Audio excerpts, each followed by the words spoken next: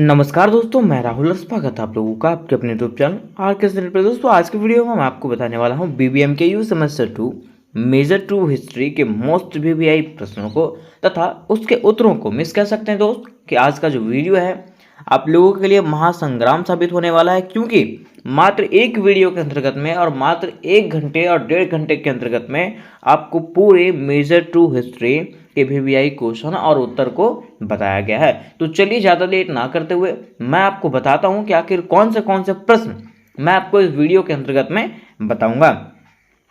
तो सबसे पहला प्रश्न दोस्त मैं आपको ये बताऊंगा कि प्राचीन मिस्र के राजनीतिक एवं सामाजिक जीवन पर प्रकाश डालें, है ना। यही क्वेश्चन आपको ऐसे भी पूछ सकता है कि कला एवं स्थापत्य के क्षेत्र में प्राचीन मिस्र वासियों की कृतियों का वर्णन करें। ठीक है, तो ये दोनों क्वेश्चन को मिला करके मैंने क्वेश्चन नंबर 1 में इसका आंसर करवा दिया है। आपको घबराने की बिल्कुल जरूरत नहीं है। जितना प्रश्न मैं आपको बता रहा हूं बस उतना प्रश्न पढ़ लेना है, इससे बाहर एक भी क्वेश्चन नहीं आएगा। ठीक है, फिर देखिए दूसरा क्वेश्चन की बात करें दोस्त, कह रहा है सुमेरियन जाति के सामाजिक एवं राजनीतिक इतिहास का वर्णन करिए। क्वेश्चन क्या कह रहा है, सुमेरियन जाति के सामाजिक एवं राजनीतिक इतिहास का वर्णन करें। यही क्वेश्चन आपको ऐसे पूछ सकता है कि मेसोपोटामिया की सभ्यता के सामाजिक जीवन का वर्णन करें, है ना। तो ये दोनों क्वेश्चन को मैं क्वेश्चन नंबर 2 में करवा दिया हूं। उसके बाद क्वेश्चन नंबर 3 में दोस्त मैं आपको बताऊंगा हम्मुराबी के विधि संहिता का मूल्यांकन कीजिए। किसके बारे में, हम्मुराबी के विधि संहिता का मूल्यांकन करिए। ये आपका क्वेश्चन नंबर 3 में आपको मिल जाएगा। फिर क्वेश्चन नंबर 4 में दोस्तों मैं आपको बताऊंगा असीरिया के राजनीतिक इतिहास, सामाजिक दशा एवं शासन व्यवस्था का वर्णन करें। ये आपको क्वेश्चन नंबर 4 में मिल जाएगा। फिर 5 नंबर में मैं आपको बताऊंगा सांग वंश के इतिहास का संक्षिप्त वर्णन कीजिए। किसके बारे में, सांग वंश के बारे में, है ना। ये आपको 5वां मिलेगा। 6ठा में मैं आपको बताऊंगा चीनी सभ्यता और इसकी विशेषताओं का वर्णन करें। ये आपका 6ठा में रहेगा। और लास्ट प्रश्न आपका जो मैं इस वीडियो के अंतर्गत मैं आपको बताऊंगा वो ये बताऊंगा कि हड़प्पा सभ्यता की उत्पत्ति, विस्तार, नगर नियोजन एवं विशेषताओं का वर्णन करें। मीन्स हड़प्पा सभ्यता के बारे में आपको पढ़ना है। ठीक है, और इतने प्रश्न बताने के बाद दोस्त कुछ प्रश्न जो है यहाँ पे छूट जा रहे हैं। बेबोलियन के प्रारंभिक राजनीतिक इतिहास का वर्णन, होमर युग, राजनीतिक सामाजिक एवं आर्थिक स्थितियों और रोमन साम्राज्य का पतन। ये तीनों क्वेश्चन को मैं एक ही वीडियो के अंतर्गत में खत्म कर दूंगा। पार्ट 2 लाऊंगा और पार्ट 2 में इसको खत्म कर दूंगा। ठीक है, लेकिन आपका कमेंट आना चाहिए कि हाँ ये क्वेश्चन बनना चाहिए कि नहीं। तो चलिए वीडियो को स्टार्ट करते हैं। और सबसे पहले हम लोग जानते हैं प्राचीन मिस्र के राजनीतिक एवं सामाजिक जीवन पर प्रकाश डालें कि आखिर प्राचीन मिस्र का राजनीतिक और सामाजिक जीवन कैसा था, है ना। तो आज का प्रश्न हमारा होने वाला है प्राचीन मिस्र के राजनीतिक एवं सामाजिक जीवन पर प्रकाश डालें। क्वेश्चन क्या है कि प्राचीन मिस्र के राजनीतिक और सामाजिक जीवन के बारे में बताना है कि प्राचीन मिस्र में जो है किस प्रकार का राजनीतिक व्यवस्था होता था और किस प्रकार का सामाजिक जीवन वहां पे व्यतीत करते थे लोग। ठीक है, उसके बारे में जानना है। ठीक है, अब देखिए ये तो हम लोग जानेंगे ही, लेकिन सबसे पहले हम लोग को ये जानना पड़ेगा कि आखिर प्राचीन मिस्र क्या है ना। तो देखिए कहा जाता है कि प्राचीन मिस्र जो है ना दोस्तों नील नदी के किनारे बसा हुआ एक सभ्यता था। क्या कहा जाता है कि प्राचीन मिस्र जो है वो नील नदी के किनारे बसा हुआ एक सभ्यता था। ठीक है, जो नील नदी के कारण फेमस हुआ है। किसके कारण, नील नदी के कारण फेमस हुआ है, क्योंकि वो नील नदी के किनारे बसा हुआ है ना। तो नील नदी के पानी जो है उसमें आता जाता था, जिसके कारण वहां का जो सभ्यता है वो उपजाऊ, मतलब वहां का जो भूमि है वो उपजाऊ रहता था। तो चलिए आज के वीडियो में हम लोग उसको क्लियर करने का प्रयास करते हैं कि आखिर प्राचीन मिस्र का सामाजिक और राजनीतिक जीवन कैसा था। तो सबसे पहले हम लोग लिखेंगे मिस्र की सभ्यता। क्या लिखेंगे, मिस्र की सभ्यता। ठीक है, लिखेंगे इस प्रकार से कि प्राचीन मिस्र नील नदी के किनारे बसे उत्तरी अफ्रीका की एक प्राचीन सभ्यता का इतिहास है। क्या है, तो प्राचीन मिस्र जो है ना नील नदी के किनारे बसा हुआ उत्तरी अफ्रीका का एक प्राचीन सभ्यता का इतिहास है, जो कि दुनिया के सबसे महान सभ्यताओं में से एक है। कौन, प्राचीन मिस्र की सभ्यता जो है दुनिया के एक महान सभ्यताओं में से एक है। ठीक है, इस प्रकार से हम लोग स्टार्टिंग में लिखेंगे। आगे लिखेंगे प्राचीन मिस्र का इतिहास जो है 3150 ईस्वी पूर्व से लेकर के 30 ईस्वी पूर्व तक फैला हुआ। ठीक है, आप कहिएगा देखिए कि यहाँ पे जो घटता जा रहा है। ठीक है, यहाँ पे 3150 ईस्वी पूर्व है और यहाँ पे 30 ईस्वी पूर्व है। ठीक है, तो उस समय जो है ना वो पीछे चलता था। उस समय टाइम जो है वो पीछे चलता था, ठीक है। अभी अभी क्या चल रहा है, 2024 चल रहा है, ठीक है, 2025 आएगा, 2026 आएगा, लेकिन उस समय जो है ना, जैसे मान लीजिए 2024 है, 2024 से 2023 आएगा, उस तरह घटता था समय, है ना, बढ़ता नहीं था। कहा गया कि मिस्र को नील नदी की देन कहा गया, ठीक है। मतलब मिस्र को जो है ना नील नदी का जो है देन कहा गया, ठीक है, क्योंकि इसके बीच में नील नदी बहती है। इसके बीच में क्या बहता है, नील नदी बहता है, जो मिस्र की भूमि को क्या करता है, उपजाऊ बनाता है, ठीक है। कोई पूछेगा कि मिस्र को जो है ना नील नदी को क्या कहते हैं, तो मिस्र को नील नदी का देन कहते हैं। क्यों? क्योंकि इसके बीच में जो है नील नदी बहता है, जो इसके भूमि को क्या करता है, उपजाऊ बना करके रखता है।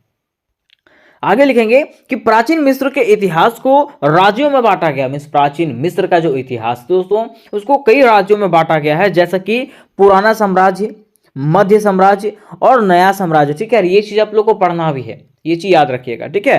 प्राचीन मिस्र के इतिहास को जानने के लिए इसको 3 भागों में बांटा गया है। पहला पुराना इतिहास, पुराना साम्राज्य, मध्य साम्राज्य और नया साम्राज्य, 3 भागों में इसको बांटा गया है, ठीक है। कहा जाता है कि प्राचीन मिस्र के शासन करने वाले राजाओं को फिरौन कहा जाता था। प्राचीन मिस्र में जो राजा शासन करते थे उसको क्या कहा जाता था, फिरौन कहा जाता था। क्या? फिरौन कहा जाता था। ये एमसीक्यू में आ सकता है, इसको याद रखिएगा, ठीक है।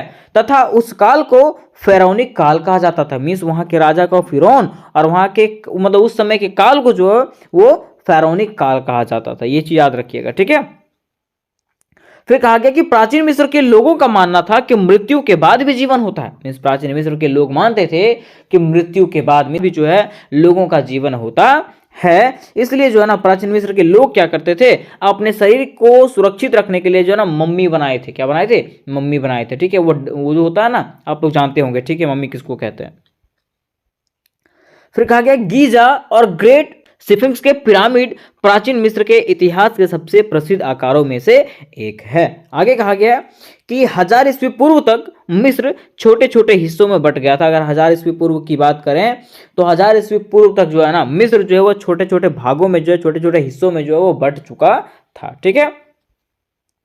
और लास्ट में इस प्रकार से लिखिएगा कि हेरोडोटस ने कहा था कि मिस्र जो है वो नील नदी का वरदान है। ये किसने कहा?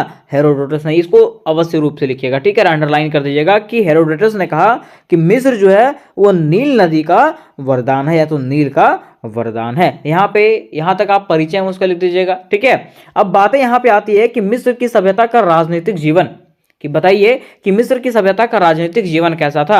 लेकिन इसको बताने से पहले मैं आपको बता देना चाहता हूं कि दोस्तों, अगर आप लोग बीबीएमक्यू के विद्यार्थी हो और सेमेस्टर 2 का तैयारी करना चाहते हो तो AC2 इंग्लिश की तैयारी करवाई गई है, जिसका लिंक आपको डिस्क्रिप्शन बॉक्स में मिल जाएगा। उसके साथ साथ अगर आप लोग मेजर हिस्ट्री की क्वेश्चन देखना चाहते हो तो इसके भी VBI क्वेश्चन बता दिए गए हैं, ठीक है। और VBI क्वेश्चन की तैयारी दोस्तों मेरे ही चैनल पर करवाया जाएगा, ठीक है। और ये 3-4 दिन के अंदर इसका तैयारी फुल्ली करवा दिया जाएगा और जिसका लिंक डिस्क्रिप्शन बॉक्स में ही मिल जाएगा।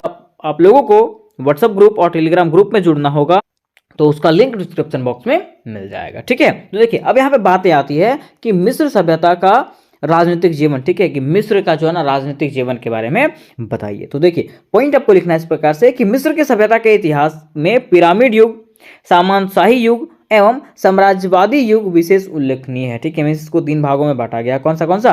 पिरामिड युग, सामंतशाही युग और साम्राज्यवादी युग, ठीक है। कहा गया कि इनमें से पिरामिड युग सर्वाधिक गौरवपूर्ण था, ठीक है। इसमें से पिरामिड युग जो था ना वो सबसे गौरवपूर्ण था। मिस्र सभ्यता के समय हुई विभिन्न राजनीतिक घटनाओं को देखते हुए मिस्र की राजनीतिक इतिहास को 3 भागों में विभक्त किया गया है, जिसमें से यही है, ये पहला आपका पिरामिड युग है, सामंतशाही युग है और साम्राज्यवादी युग है। अब देखिए ये कब से कब तक चला था, तो पिरामिड युग जो है वो 3400 ईस्वी पूर्व से लेकर के 2500 ईस्वी पूर्व तक चला था। फिर सामंतशाही युग जो है वो 2500 ईस्वी पूर्व से लेकर के 1800 ईस्वी पूर्व तक चला था। और साम्राज्यवादी युग जो है वो 1580 ईस्वी पूर्व से लेकर के 150 ईस्वी पूर्व तक चला था, ठीक है। ये 3 भाग में इसको बांटा गया है। चलिए हम लोग उसको विस्तार से जानते हैं। अब देखिए लिखा हुआ पिरामिड युग के बारे में हम लोग जान गए थे, कब से कब तक था, यहाँ पे लिखा हुआ भी, ठीक है। कहा गया कि इस काल का प्रथम शासक मैनिस था। इस काल का प्रथम शासक जो था वो कौन था? मैनिस था। और इसी के समय में मिस्र की वास्तविक राजनीतिक जीवन का श्री गणेश हुआ। मिस कह सकते हैं किसी के समय में क्या हुआ था, मिस्र का संस्थापना हुआ, क्या बोलते हैं, स्थापना हुआ था, ठीक है।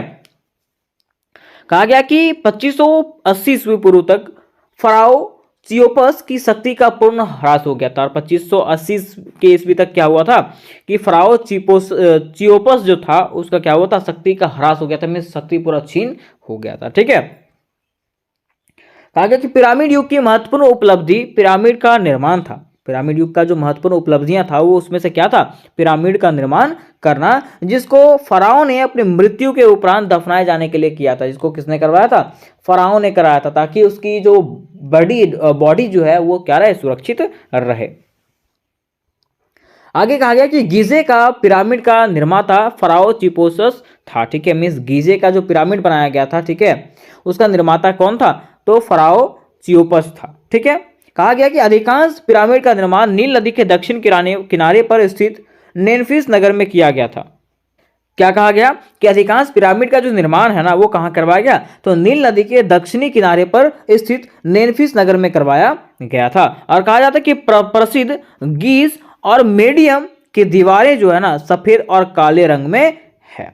और प्राचीन मिस्र का प्रधान देवता जो है वो रॉ था। रॉ मतलब समझते हैं, सूर्य देवता था। ठीक है, प्राचीन मिस्र में जो प्रधान देवता होता था वो कौन होते थे, सूर्य देवता होते थे। आगे कहा गया कि पिरामिड युग का पतन के बाद नए सामंतशाही काल का उदय हुआ। ठीक है, पिरामिड युग का जो खात्मा हुआ उसके बाद तुरंत किसका स्थापना हुआ था, तो नए सामंतशाही काल का उदय हुआ था। देखिए अब यहाँ पे आता है दूसरा सामंतशाही युग, जो 2500 ईस्वी पूर्व से लेकर के 1800 ईस्वी पूर्व तक था। कहा जाता है कि मिस्र के इतिहास में सामंतशाही युग 2500 ईस्वी पूर्व से लेकर के 1800 ईस्वी पूर्व तक रहा था। और सामंतशाही युग में मिस्र के उत्तर से हिस्कास जाति ने आक्रमण करके मिस्र को पराधीन बना लिया। हुआ क्या कि सामंतशाही युग में जो है ना मिस्र के ऊपर कौन किया था, तो हिस्कास जाति ने क्या किया था, आक्रमण किया था। आक्रमण करके जो है मिस्र को अपने अधीन कर लिया था। और इसके पश्चात जो है नवीन साम्राज्य में साम्राज्यवादी युग का स्थापना हुआ था। तो यही यहाँ पे तीसरा आ गया आपका नवीन, जिसको हम लोग साम्राज्यवादी युग के नाम से भी जानते हैं। कहा जाता है कि इस काल को नवीन साम्राज्य या तो साम्राज्यवादी युग के नाम से जाना जाता है।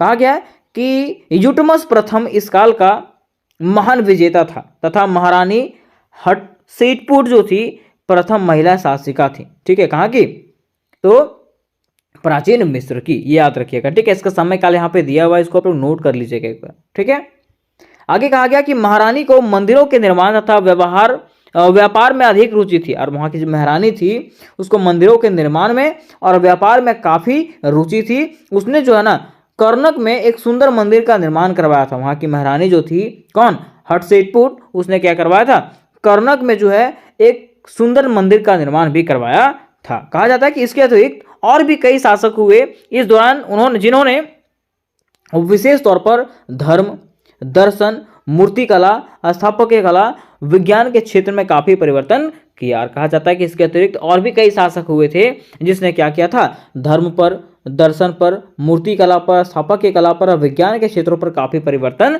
किया था। ठीक है, नेक्स्ट कहा गया कि इसलिए इस युग को जो है ना मिस्र का स्वर्ण युग भी कहा जाता है। इसलिए जो है ना इस युग को जो है, इस कौन सा युग, तो कह सकते हैं कि नवीन युग जो है साम्राज्यवादी युग को जो है ना क्या कहा जाता है, मिस्र का स्वर्ण युग भी कहा जाता है ना।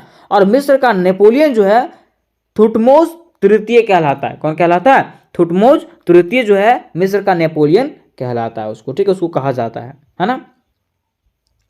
अब बातें यहाँ पे आती है कि मिस्र के सामाजिक जीवन की व्याख्या कीजिए कि मिस्र का सामाजिक जीवन कैसा था। तो लिखेंगे इस प्रकार से कि मिस्र के शासक को जो है ना फराओ कहते थे। मिस्र के शासक की अगर बात करें तो उसको क्या कहते थे, फराओ कहते थे। और लोग जो है ना उसको ईश्वर का प्रतिनिधित्व मानते थे। लोग उसको क्या मानते थे, ईश्वर मानते थे। मीन्स वहां का जो शासक है वो उन लोगों के लिए क्या है, राजा है। ठीक है, और भगवान है ना। ये कौन मानते थे, वहां के लोग मानते थे। कहा गया है कि समाज मुख्य रूप से 3 वर्गों में विभाजित था। इस यहाँ पे गलत हो गया, ठीक है, टाइपिंग मिस्टेक हुआ है। मिस्र का जो सामाजिक जीवन था वो मुख्य रूप से 3 भागों में विभक्त था, जिसमें से पहला आपका उच्च वर्ग था, मध्यम वर्ग दूसरा था, तीसरा था निम्न वर्ग। ठीक है, उच्च वर्ग में राजवंश आते थे, मीन्स राजा का जो वंश थे वो आते थे, फिर पुजारी आते थे और धर्माधिकारी आते थे। ठीक है, फिर दूसरे मध्यम वर्ग में जो है लिपिक आते थे, व्यापारी आते थे, शिल्पी आते थे, बुद्धिजीवी जो होते थे और कारीगर जो होते थे वो मध्यम वर्ग में आते थे।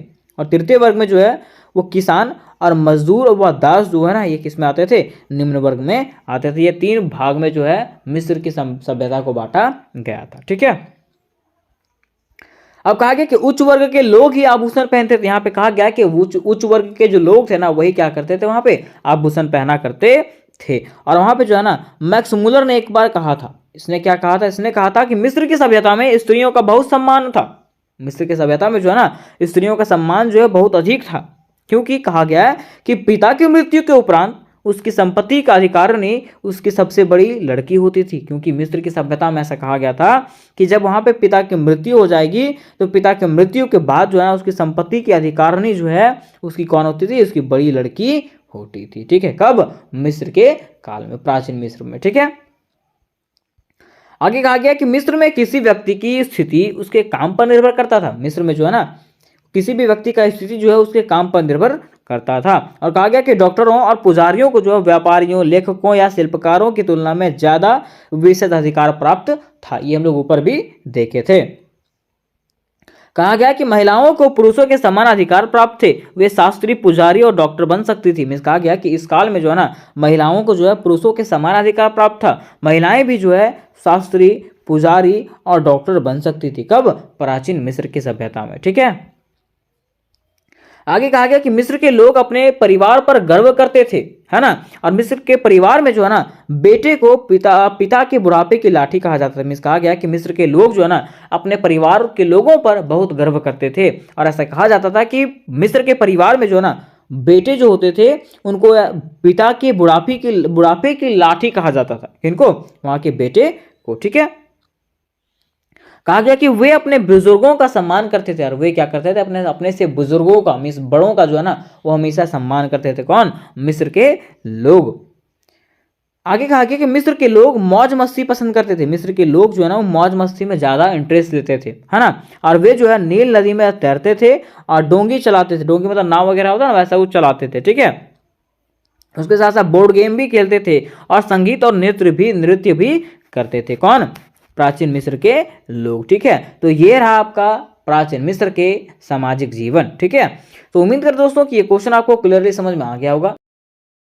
तो आज का प्रश्न हमारे इस प्रकार से होने वाला है कि मेसोपोटामिया की सभ्यता के सामाजिक जीवन का वर्णन करें, या तो फिर कह सकता है कि सुमेरियन सभ्यता या जाति के सामाजिक एवं राजनीतिक इतिहास का वर्णन करें। कहने का अर्थ है कि या तो फिर आपको मेसोपोटामिया पूछ दे या तो फिर सुमेरियन सभ्यता पूछ दे। ठीक है, दोनों का आंसर आपको सेम देना है, क्योंकि सुमेरियन सभ्यता को हम लोग सम्मिलित रूप से क्या कहते हैं, मेसोपोटामिया की सभ्यता कहते हैं। ठीक है, तो मान लीजिए अगर आपको क्वेश्चन में सुमेरियन सभ्यता की जगह मेसोपोटामिया की सभ्यता दे तो आपको कंफ्यूज नहीं होना। ठीक है, सेम आंसर ही लिखना है। तो चलिए दोस्तों हम लोग जानने का प्रयास करते हैं कि आखिर मेसोपोटामिया का अर्थ क्या होता है, क्योंकि सबसे पहले अगर हम लोग आंसर लिखेंगे ना तो मेसोपोटामिया का अर्थ हम लोग को समझना पड़ेगा, क्योंकि अगर मेसोपोटामिया का अर्थ हम लोग नहीं समझेंगे तो इसकी सभ्यता के बारे में हम लोग जान पाएंगे नहीं। ठीक है, तो देखिए सबसे पहले हम लोग लिखेंगे मेसोपोटामिया का अर्थ। क्या लिखेंगे, मेसोपोटामिया का अर्थ, और लिखेंगे इस प्रकार से कि मेसोपोटामिया जो है ना दोस्तों वो यूनानी भाषा के 2 शब्दों से मिलकर के बना हुआ है। क्या, मेसोपोटामिया जो है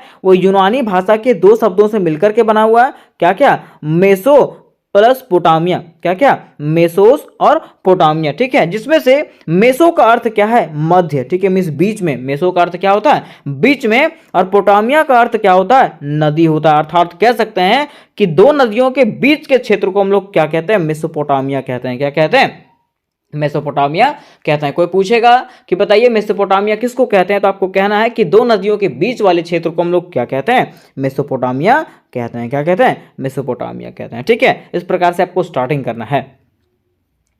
आगे लिखना है कि पश्चिमी एशिया में फारस की खाड़ी के उत्तर में स्थित वर्तमान इराक को प्राचीन समय में मेसोपोटामिया कहा जाता है। मीन्स क्या कहा गया है कि पश्चिमी एशिया में फारस की खाड़ी के उत्तर में स्थित वर्तमान इराक जो है ना इसी को हम लोग प्राचीन समय में क्या कहते थे, मेसोपोटामिया कहते थे, है ना।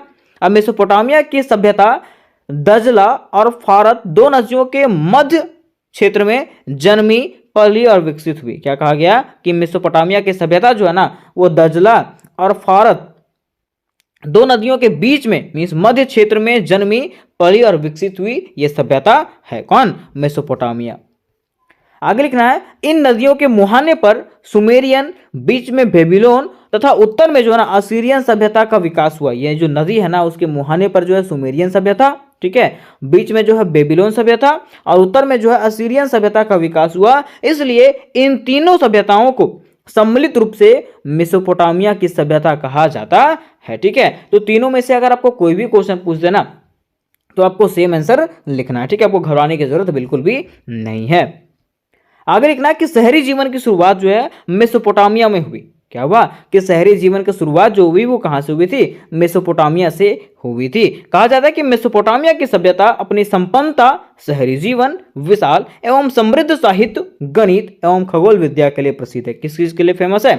तो कहा गया कि मेसोपोटामिया की सभ्यता जो है अपनी संस्कृति, अपनी संपन्नता, शहरी जीवन, विशाल एवं समृद्ध साहित्य, उसके साथ साथ गणित और खगोल विद्या के लिए जो है ना वो प्रसिद्ध है। क्या? मेसोपोटामिया की सभ्यता। ठीक है, अगर आपको कोई पूछेगा मेसोपोटामिया के बारे में तो इस प्रकार से आपको बता देना। ठीक है, अब बातें यहां पे आती है कि चलिए हमको बताइए कि सुमेरियन सभ्यता क्या है। क्या है? सुमेरियन की सभ्यता क्या है। ठीक है, लेकिन इसके पहले मैं आपको बता देना चाहता हूं कि दोस्तों कि अगर आप लोग बीबीएमक्यू के विद्यार्थी हो और सेमेस्टर 2 की तैयारी कर रहे हो तो एजी इंग्लिश की तैयारी मैंने करवाया है, जिसका लिंक डिस्क्रिप्शन बॉक्स में दे दिया गया है। उसके साथ साथ अगर आप लोग मेजर हिस्ट्री की तैयारी करना चाहते हो तो मेजर हिस्ट्री की भी तैयारी जो है मेरे ही चैनल पर करवाया जाएगा। इसके पहले कुछ वीवीआई क्वेश्चन जो आपको बता दिए गए हैं, जिसका लिंक डिस्क्रिप्शन बॉक्स में दिया गया है। उसके साथ साथ अगर आप लोग मेरे व्हाट्सएप ग्रुप और टेलीग्राम ग्रुप में जुड़ना चाहते हो तो उसका भी लिंक जो है डिस्क्रिप्शन बॉक्स में ही दिया गया है। हम इस कहने का अर्थ ये है कि डिस्क्रिप्शन बॉक्स में जाकर के आप लोग मेरे व्हाट्सएप ग्रुप,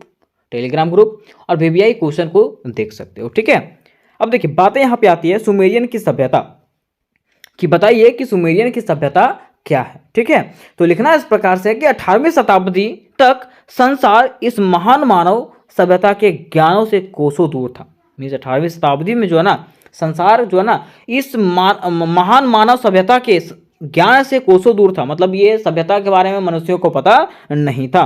कहा गया 19वीं शताब्दी के प्रारंभ में इंग्लैंड व फ्रांस के प्रविदों ने इस सभ्यता की खोज निकालने में सफलता प्राप्त किया। क्या कहा जाता है कि 18वीं शताब्दी में तो इसके बारे में किसी को पता नहीं था, लेकिन 19वीं शताब्दी के प्रारंभ में इंग्लैंड व फ्रांस के कुछ प्रतिवादी लोग थे, मीन्स कह सकते हैं कि वैज्ञानिक थे, जिसने क्या किया? इस सभ्यता का खोज करने में सफल हुए। ठीक है, कहा जाता है कि 1850 में अंग्रेज के पुराविद रॉलिंस ने बहिस्तून के पास एक ऊंचे टीले पर ईरानी शासक डेरियस द्वारा उत्कीर्ण कराया गया एक शिलालेख खोज निकाला। क्या हुआ कि 1850 में क्या हुआ? अंग्रेज पुराविद रॉलिंस ने क्या किया? बहिस्तून के पास ऊंचे टीले पर ईरानी शासक डेरियस द्वारा एक उत्कीर्ण कराया गया एक शिलालेख का खोज किया। ठीक है, और इस शिलालेख पर जो है ना फारसी और बेबोलियन भाषा का मिश्रित अंकित था। अब क्या हुआ कि वहां जो शिलालेख मिला उस पर जो है ना फारसी और बेबोलियन भाषा का मिश्रण जो है ना अंकित था। मीन्स दोनों भाषा में वहां पर कुछ लिखा हुआ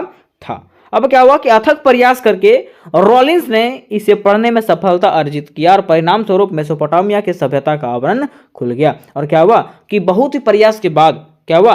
रॉलिंस ने क्या किया? इसे पढ़ने में सफलता प्राप्त किया और परिणाम स्वरूप क्या हुआ? मेसोपोटामिया की सभ्यता का आवरण खुल गया कि मेसोपोटामिया की सभ्यता किसको कहते हैं और सुमेरियन सभ्यता क्या है। ठीक है, अब यहां पे बात आती है कि सुमेरियन सभ्यता के मूल निवासी, कि आखिर सुमेरियन जो सभ्यता है उसके मूल निवासी कौन थे? सुमेरियन सभ्यता के मूल निवासी कौन थे? ठीक है, तो इसको लेकर के अभी भी जो है ना विद्वानों के मन में कई कंफ्यूजन चल रहा है। ठीक है, वही लिखा हुआ है कि सुमेरियन सभ्यता के मूल निवासी कौन थे। सुमेरियन सभ्यता की अगर बात करें तो उसके मूल निवासी कौन थे? कुछ विद्वानों का मत है कि सुमेरिया के मूल निवासी मंगोल तथा द्रविड़ रहे होंगे। कुछ लोग कहते हैं, कुछ विद्वान कहते हैं कि सुमेरिया के जो मूल निवासी है वो कौन कौन रहे होंगे? मंगोल रहे होंगे या तो द्रविड़ रहे होंगे। तो कुछ विद्वानों का मत यह है कि सुमेरियन सभ्यता में आर्य और द्रविड़ दोनों सभ्यता के तत्वों का समावेश है। कुछ लोग कहते हैं कि ये जो सभ्यता है उसमें से आर्य रहे होंगे और द्रविड़ दोनों लोग मिलकर रहे होंगे। लेकिन कुछ इतिहासकारों का यह भी कहना है कि भूमध्य सागरीय लोग सुमेरियन सभ्यता के जनक थे। कुछ लोग ये भी कहते हैं कि भूमध्य सागरीय लोग जो है ना सुमेरियन सभ्यता के क्या थे? जनक थे। मीन्स अभी तक जो है इसके बारे में लोगों को फिक्स पता चला नहीं है, सबके मन में जो है ना कंफ्यूजन ही चल रहा है। ठीक है, कि इसका खोज किसने किया है ना, और यहाँ के मूल निवासी कौन थे।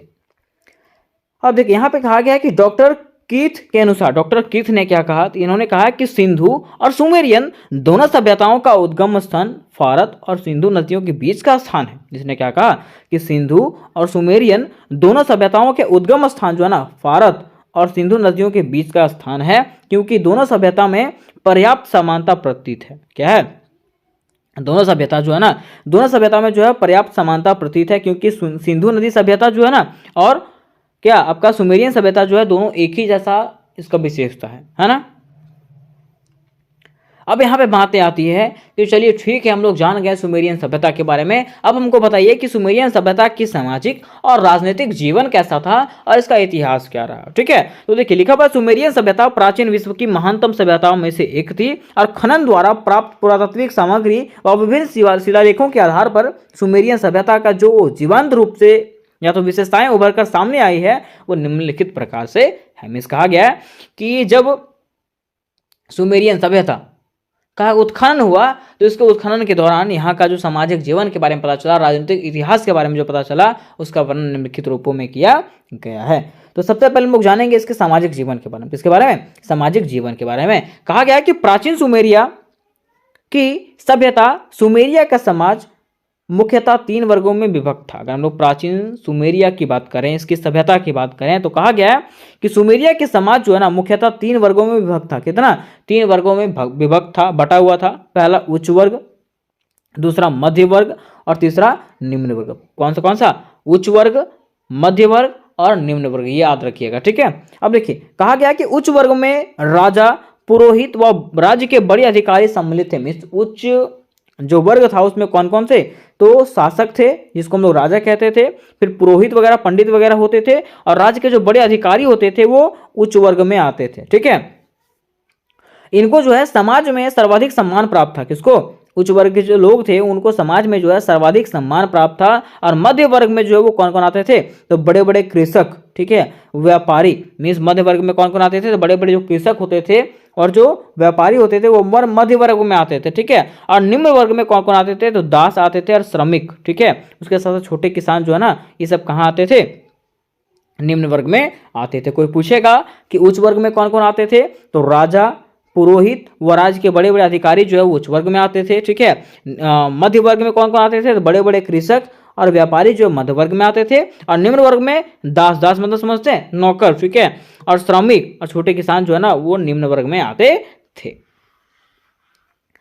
कहा गया कि सुमेरियन सभ्यता में दास प्रथा का प्रचलन था। हम लोग सुमेरियन सभ्यता की बात करें तो ये जो समाज है इसमें दास प्रथा का प्रचलन था। मीन्स नौकरशाही व्यवस्था था। ठीक है, समाज में स्त्रियों की दशा अच्छी थी, उन्हें अपनी संपत्ति रखने का अधिकार था, वे स्वतंत्र व्यवसाय भी कर सकती थी। समाज में स्त्रियों का सम्मान होता था और सुमेरियन के साम्राज्य में प्रायः लोग एक ही विवाह करते थे। ठीक है, किंतु उच्च वर्गीय लोग बहुविवाह भी करते थे। मीन्स कह सकते हैं कि सुमेरियन साम्राज्य में जो है ना दास प्रथा था, नौकर व्यवस्था था। ठीक है, उसके साथ साथ यहाँ की स्त्रियों का जो दशा था वो बहुत ही अच्छा था। ठीक है, कहा जाता है कि सुमेरियन समाज में जो है ना लोग एक ही विवाह करते थे, लेकिन जो उच्च वर्गीय लोग थे, उच्च वर्गीय लोग मतलब समझते हैं जो ऊंचे लोग थे, राजा, मान लीजिए राजा का परिवार का, ठीक है, तो वो सब बहु विवाह भी करते थे। कहा गया कि सुमेरियनों का खान पान व रहन सहन उच्च कोटि का था। ठीक है, मीन सुमेरियन सभ्यता के जो खान पान था और रहन सहन था वो उच्च कोटि का था। वो ऊनी तथा सूती वस्त्रों का प्रयोग करते थे, पक्के मकानों में रहते थे। ठीक है, स्वच्छता व पवित्रता उनके जीवन का अंग था। ठीक है, स्वच्छता और पवित्रता जो था उनके जीवन का क्या था? अंग था। किनका? सुमेरियन सभ्यता का। कहा जाता है कि कंगन, गले का हार, अंगूठी व कर्णफूल उनके प्रमुख आभूषण थे। ठीक है, मीन्स ये सब जो है कंगन, गले का हार, अंगूठी और कर्णफूल मतलब समझते हैं कान में पहनने वाला, ये सब जो था उनका प्रमुख आभूषण होता था। उसके साथ साथ गेहूं, जौ, खजूर इनके प्रिय खाद्य पदार्थ होते थे। ठीक है, और समाज में जो था दहेज प्रथा का प्रचलन था। उस समय जो है सुमेरियन समाज में जो है दहेज प्रथा का भी प्रचलन था। ठीक है, तो यहाँ तक हम लोगों ने सुमेरियन सभ्यता के सामाजिक जीवन को देख लिया। अब बात यहाँ पे आती है सुमेरियन सभ्यता के राजनीतिक जीवन का। किसका? राजनीतिक जीवन का। ठीक है, तो लिखेंगे इस प्रकार से कि सुमेरियन सभ्यता का काल जो है मतलब काल अवधि जो है निर्धारण के सुस्पष्ट प्रमाण उपलब्ध नहीं है। ठीक है, मीन्स इसका जो सही समय है वो उपलब्ध नहीं है। फिर भी अधिकांश विद्वान जो है ना कहते हैं कि 4500 ईस्वी पूर्व से लेकर के 2550 ईस्वी पूर्व तक के समय को जो है ना इस सभ्यता की अवधि मानते हैं। किस सभ्यता? तो सुमेरियन सभ्यता के अवधि मानते हैं। ठीक है, कहा गया कि 3500 ईस्वी पूर्व तक सुमेरिया में केंद्रीय शासन स्थापित हो गया था। 3500 ईस्वी पूर्व तक क्या हुआ था, सुमेरिया में जो है ना केंद्रीय शासन स्थापित हो चुका था, जिसमें से उरुक, किस, निपुर, लगास, उम्मा आदि से सभ्यता के जो है ना मुख्य नगर थे। कोई पूछेगा कि सुमेरियन जो है ना सुमेरियन में केंद्रीय शासन स्थापित हो गया था। ठीक है, तो वहाँ का कौन कौन प्रमुख नगर था, तो बताना उरुक, किस, निपुर, लगास, उम्मा, ये सब जो है ना उस सभ्यता के प्रमुख नगर थे। ठीक है, कहा जाता है कि सुमेरिया की सभ्यता में शासन धर्म पर आधारित था और राजा का जो है ईश्वर का प्रतीक माना जाता था। सुमेरिया की सभ्यता जो है वो किस पे आधारित था, तो धर्म पर आधारित था और वहां के राजा को जो है ईश्वर का प्रतीक माना जाता था।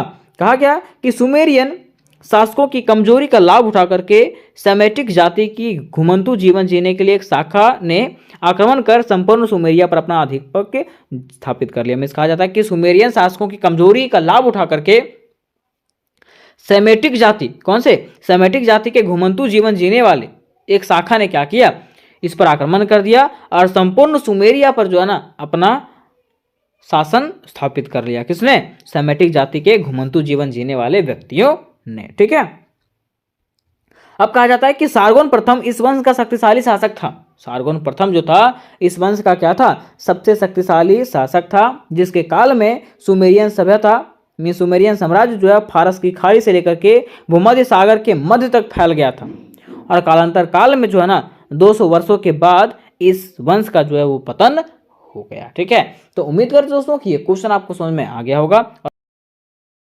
तो आज का प्रश्न हमारा होने वाला है हम्मुराबी के विधि संहिता का मूल्यांकन कीजिए। क्वेश्चन क्या है कि हम्मुराबी के विधि संहिता का वर्णन कीजिए और मूल्यांकन कीजिए कि बताइए कि हम्मुराबी जो विधि संहिता लागू किए थे उसको विधि संहिता किसको कहते हैं, है ना, और आखिर वो विधि संहिता में क्या क्या लिखे थे। ठीक है, तो देखिए सबसे पहले हम लोग को यहाँ पे ये जानना पड़ेगा कि आखिर विधि संहिता का मतलब क्या होता है। ठीक है, तो देखिए विधि का मतलब क्या होता है, नियम या कानून। विधि का मतलब नियम या कानून। मींस कह सकते हैं कि हम्मुराबी के द्वारा बनाए गए नियम और कानून को ही हम लोग क्या कहते हैं, हम्मुराबी के विधि संहिता कहते हैं। ठीक है, अब यहां पे आता है कि हम्मुराबी आखिर कौन था, है ना, तो मैं आपको बता देना चाहता हूं कि अगर हम्मुराबी की बात करते हैं दोस्तों, तो हम्मुराबी जो है ना वो बेबोलियन राजवंश का एक राजा था। हम्मुराबी कौन था, बेबोलियन राजवंश का राजा था जो अपने विधि संहिता के लिए क्या था, प्रसिद्ध था। ठीक है, तो चलिए हम लोग जानते हैं कि आखिर इनके विधि संहिता जो है उसमें से किन किन बातों पे चर्चा किया गया है। तो सबसे पहले हम लोग लिखेंगे परिचय। क्या लिखेंगे, परिचय, ये आपका क्वेश्चन हो गया, है ना। सबसे पहले लिखेंगे परिचय और परिचय में लिखेंगे इस प्रकार से कि हम्मुराबी बेबोलियन सभ्यता का एक विख्यात राजा था। हम्मुराबी कौन था, तो मैंने आपको बताया था कि बेबोलियन सभ्यता का एक विख्यात राजा था, प्रसिद्ध राजा था, जो प्रथम बेबोलियन राजवंश का छठा राजा था। ठीक है, ये बेबोलियन राजवंश का छठा राजा था। कौन, हम्मुराबी। कोई पूछेगा कि ये बेबोलियन राजवंश का कौन सा राजा था, कौन सा नंबर का, तो छठवां राजा था। कहा जाता है कि उसने 1792 ईस्वी पूर्व से लेकर के 1750 ईस्वी पूर्व तक शासन किया था, क्योंकि उसमें समय जो पीछे चल रहा था, है ना, इसलिए 1792 ईस्वी पूर्व से लेकर के 1750 ईस्वी पूर्व तक वो शासन किए थे। फिर कहा जाता है कि परंतु इसका काल अभी तक पूर्णतः निश्चित नहीं हो पाया। ठीक है, ये कहा तो गया, ये लमसम में बताया गया, लगभग बताया गया। ठीक है, लेकिन इसका जो काल है वो अभी तक निश्चित नहीं, मतलब पूर्ण रूप से निश्चित नहीं किया गया कि हाँ इन्होंने 1792 से लेकर के 1750 ईस्वी पूर्व तक की शासन किया है। और ऐसा कहा जाता है कि हम्मुराबी जो है ना अपने प्रसिद्ध कानून संहिता के लिए जाना जाता है। ठीक है, मिस हम्मुराबी को जो है अपने कानून संहिता के प्रसिद्धि के कारण जाना जाता है। किसको, हम्मुराबी को। तो यहां तक हम लोगों ने हम्मुराबी के बारे में जान लिया कि हम्मुराबी कौन थे। अब बातें यहां पे आती है इसके कुछ मेन पॉइंटों का, है ना। तो लिखेंगे इस प्रकार से कि बेबीलोन के शासक हम्मुराबी को प्रथम कानून निर्माता की संज्ञा दिया गया। मींस बेबीलोन सभ्यता का जो शासक है कौन, हम्मुराबी, इनको प्रथम कानून निर्माता का संज्ञा दिया गया। यही जो है पहला क्या बनाए थे, कानून बनाए थे। कौन, हम्मुराबी। फिर कहा गया कि बेबोलियन की सभ्यता का एक महत्वपूर्ण शासक हम्मुराबी, जिसने अपने साम्राज्य का विस्तार करने के साथ साथ प्रजा के हित के ध्यान में रखते हुए महत्वपूर्ण कार्य भी किया। मींस कहा जाता है कि बेबोलियन सभ्यता का एक महत्वपूर्ण शासक कौन? हम्मुराबी, जिसने क्या किया, अपने साम्राज्य का विस्तार के साथ साथ साम्राज्य का विकास भी किया, विस्तार भी किया, उसके साथ साथ वे प्रजा के हित के बारे में भी ध्यान रखते थे और प्रजा के हित में कार्य वे करते थे। कौन? हम्मुराबी। ठीक है, इसलिए प्रजा जो है उनसे काफी खुश रहते थे, है ना। फिर नेक्स्ट पॉइंट में कहा गया कि हम्मुराबी के द्वारा विधि संहिता का निर्माण किया गया था, जिसके कारण उसे काफी ख्याति प्राप्त हुई। मीन्स कहा जाता है कि हम्मुराबी ने क्या किया था, अपना विधि संहिता बनाया था, मीन्स कानून सिस्टम बनाया था, और वही कानून सिस्टम के कारण जो है उनको काफी प्रसिद्धि प्राप्त हुई। ख्याति मतलब क्या होता है? प्रसिद्धि प्राप्त हुई थी। किनको? हम्मुराबी को। नेक्स्ट पॉइंट में कहा गया कि हम्मुराबी ने अपने शासनकाल में कानून को तैयार करके उन्हें एक पत्थर पर खुदवाया था। हम्मुराबी ने क्या किया था, अपने शासनकाल में जो है ना कानून को तैयार करके, मीन्स जो विधि था, जो नियम था, वो कानून को बना करके जो है ना उसको एक पत्थर पे क्या किया था, खुदवाया था, है ना। और हम्मुराबी ने जिस पत्थर पर कानून को खुदवाया था वह काले रंग का था। मीन्स कहा गया क्या कि हम्मुराबी ने जिस पत्थर पर कानून को लिखवाया था वो कौन से रंग का था, तो काले रंग का था। और उस पत्थर की ऊंचाई जो है ना लगभग 8 फीट थी। वो पत्थर की ऊंचाई की अगर बात करें तो ऊंचाई कितना था, 8 फीट लमसम में उसका ऊंचाई था। ठीक है, अब नेक्स्ट में कहा गया है कि हम्मुराबी की यह विधि संहिता सूसानगर से प्राप्त हुआ है। ठीक है, तथा वर्तमान में यह संहिता जो है पेरिस के लुवरे संग्रहालय में सुरक्षित है। मीन्स कहा गया कि हम्मुराबी ने जो विधि संहिता जो बनाया था वो कहां से प्राप्त हुआ है, इसका साक्ष्य जो है वो सूसानगर से प्राप्त हुआ है, तथा वर्तमान में जो यह विधि संहिता था, विधि संहिता जो है वो कहां पे स्थित है, तो पेरिस के लुवरे संग्रहालय में। कहां पे? पेरिस के लुवरे संग्रहालय में जो है ये सुरक्षित रखा गया है। कोई पूछेगा कि हम्मुराबी के द्वारा बनाया गया विधि संहिता जो है वो कहां पे सुरक्षित है, तो कह सकते हैं कि हम्मुराबी की जो विधि संहिता है वो पेरिस के लुवरे संग्रहालय में सुरक्षित रखा गया है। नेक्स्ट पॉइंट में कहा गया कि यह विधि संहिता 5 फुट लंबा पत्थर पर 3600 पंक्तियों में उत्कीर्ण कराया गया था। यह विधि संहिता जो है वो 5 फुट लंबे पत्थर पर 3600 पंक्तियों में उत्कीर्ण कराया गया था। इस प्रकार से आप पॉइंट बाय पॉइंट लिखोगे ना तो आपको संपूर्ण नंबर मिलेगा। ठीक है, नंबर कटने वाला आपका है नहीं।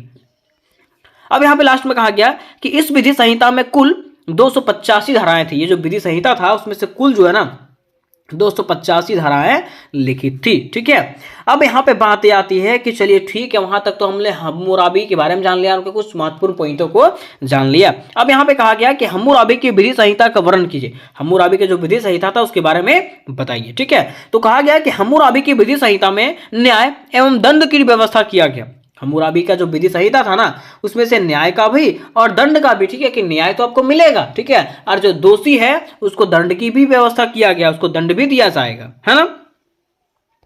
कहा गया कि विधि संहिता में न्याय एवं दंड की व्यवस्था जैसे को तैसा का नियम पर आधारित था। मीन्स हम्मुराबी का जो विधि संहिता था ना उसमें से नियम और कानून इस प्रकार से था ना कि जो जैसा करेगा उसको वैसा ही फल मिलेगा। ठीक है, वैसा वहां पे व्यवस्था किया गया था। जैसे कि मान लीजिए उदाहरण के रूप में बता दिया गया, ठीक है, कि अगर कोई व्यक्ति ने किसी के आंख को फोड़ दिया है, ठीक है, तो उस व्यक्ति को दंड के रूप में जो है ना उसका भी आंख फोड़ दिया जाएगा। ये नियम था। दूसरा, मान लीजिए कान अगर खराब कर दिया तो उसके बदले में कान, अगर हाथ तोड़ दिया तो हाथ के बदले में हाथ, ठीक है, अगर प्राण ले लिया तो प्राण के बदले में प्राण। इस प्रकार का सजा जो है वो हम्मुराबी ने अपने नियम कानून में लिखा था। फिर कहा है कि हम्मुराबी की विधि संहिता में मृत्यु दंड की भी व्यवस्था किया गया था। हम्मुराबी का जो संहिता था, ठीक है, विधि संहिता था, उसमें से मृत्यु दंड की भी व्यवस्था किया गया था। जैसे कि अगर कोई मंदिर या महल में चोरी करता है तब उसे मृत्यु दंड की सजा दी जाती है। ठीक है, मीन्स अगर कोई व्यक्ति जो है मंदिर या तो महल में चोरी करेगा तो उसको जो है क्या दिया जाएगा, मृत्यु दंड, मीन्स जान से मार दिया जाएगा। नेक्स्ट, अगर कोई व्यक्ति सेना में भर्ती होने से इनकार करता है, अगर कोई व्यक्ति सेना में भर्ती होने से इनकार करता है तो उसे दंड के रूप में मृत्यु दंड दिया जाएगा। फिर है कि पति की अनुपस्थिति में पत्नी द्वारा उसकी संपत्ति का दुरुपयोग करने पर भी मृत्यु दंड की सजा दिया जाता है। मीन्स मान लीजिए पति नहीं है, ठीक है, और पति नहीं होने की अनुपस्थिति में अगर पत्नी उनकी संपत्ति का गलत उपयोग करती है तो उसके रूप में भी जो है ना पत्नी को जो है मृत्यु दंड की सजा दिया जाएगा।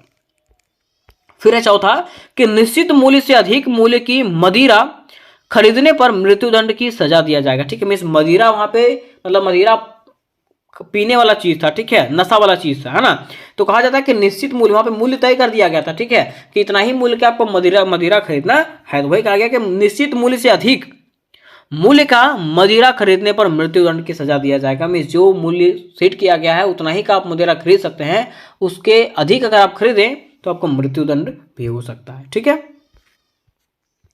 अब देखिए कहा गया कि इसके विधि संहिता में कई और भी कानून थे जिसका वर्णन निम्नलिखित रूपों में किया गया, ठीक है। ये जो विधि संहिता लिखे थे उसमें से कुछ और भी कानून थे जिसका वर्णन निम्नलिखित रूप में है।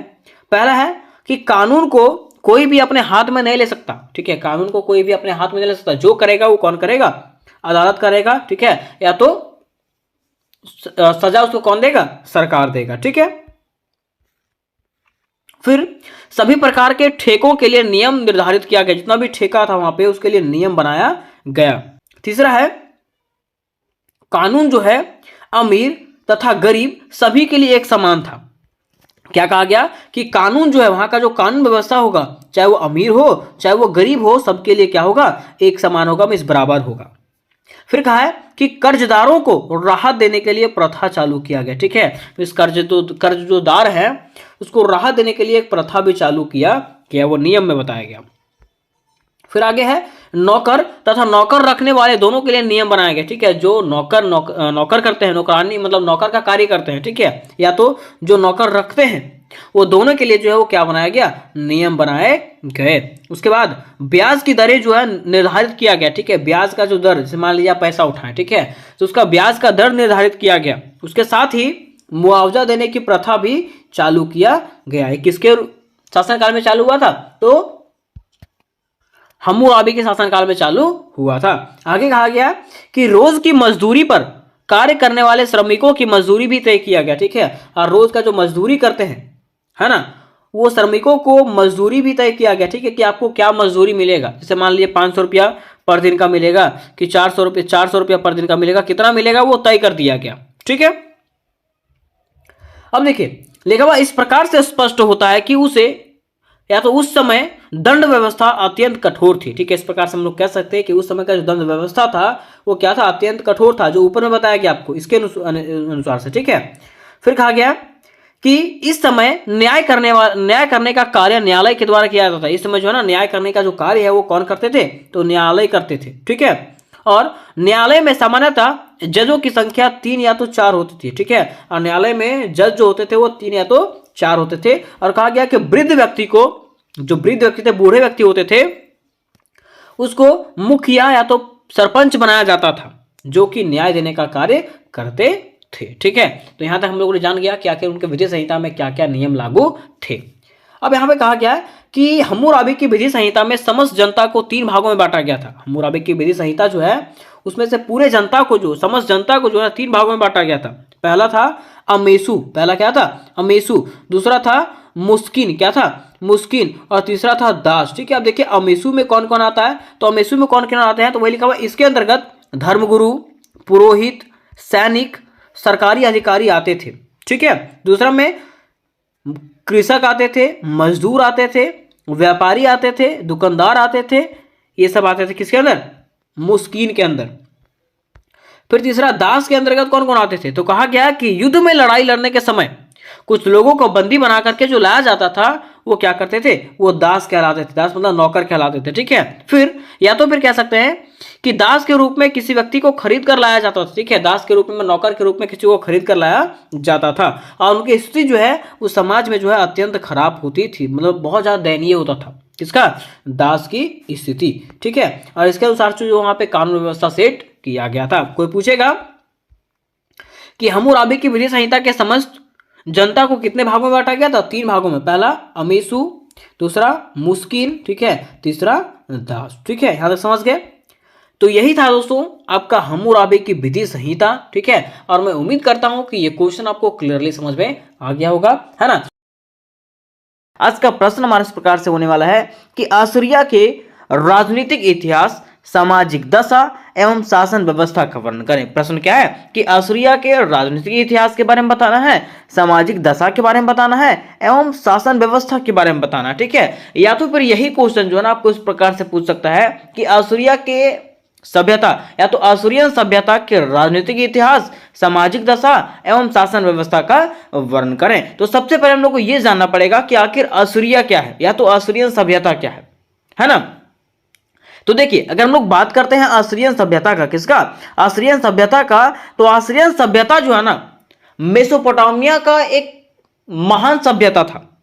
मेसोपोटामिया का एक महान सभ्यता जो काफी सालों तक जो है वहां पे शासन किया था, तथा उसके साथ साथ वहां पे शासन करने के क्रम में उन्होंने कई छाप भी छोड़े हैं, जैसे कि अपना राजनीतिक इतिहास भी छोड़ा है, सामाजिक दशा भी छोड़ा है, शासन व्यवस्था को भी छोड़ा है। ठीक है, तो वे सारी चीजों को आज की वीडियो में हम लोग कवर करने का प्रयास करेंगे। तो सबसे पहले हम लोग लिखेंगे परिचय। क्या लिखेंगे? परिचय। और परिचय में जानेंगे असूरियन सभ्यता या तो असूरिया के बारे में। लिखेंगे असूरियन साम्राज्य या तो सभ्यता को मेसोपोटामिया के महान साम्राज्यों में से एक माना जाता है। क्या कहा गया कि असूरियन सभ्यता या तो असूरियन साम्राज्य मेसोपोटामिया के एक महान साम्राज्यों में तो या तो सभ्यताओं में से एक माना जाता है। कहा गया कि मेसोपोटामिया का उत्तरी भाग को असूरिया कहते हैं। मेसोपोटामिया का जो उत्तरी भाग है उसको हम लोग क्या कहते हैं? असूरिया। ठीक है, ये याद रखिएगा, कोई पूछेगा कि मेसोपोटामिया के उत्तरी भाग को क्या कहते हैं, तो क्या कहते हैं? असूरिया कहते हैं। क्या कहते हैं? असूरिया कहते हैं।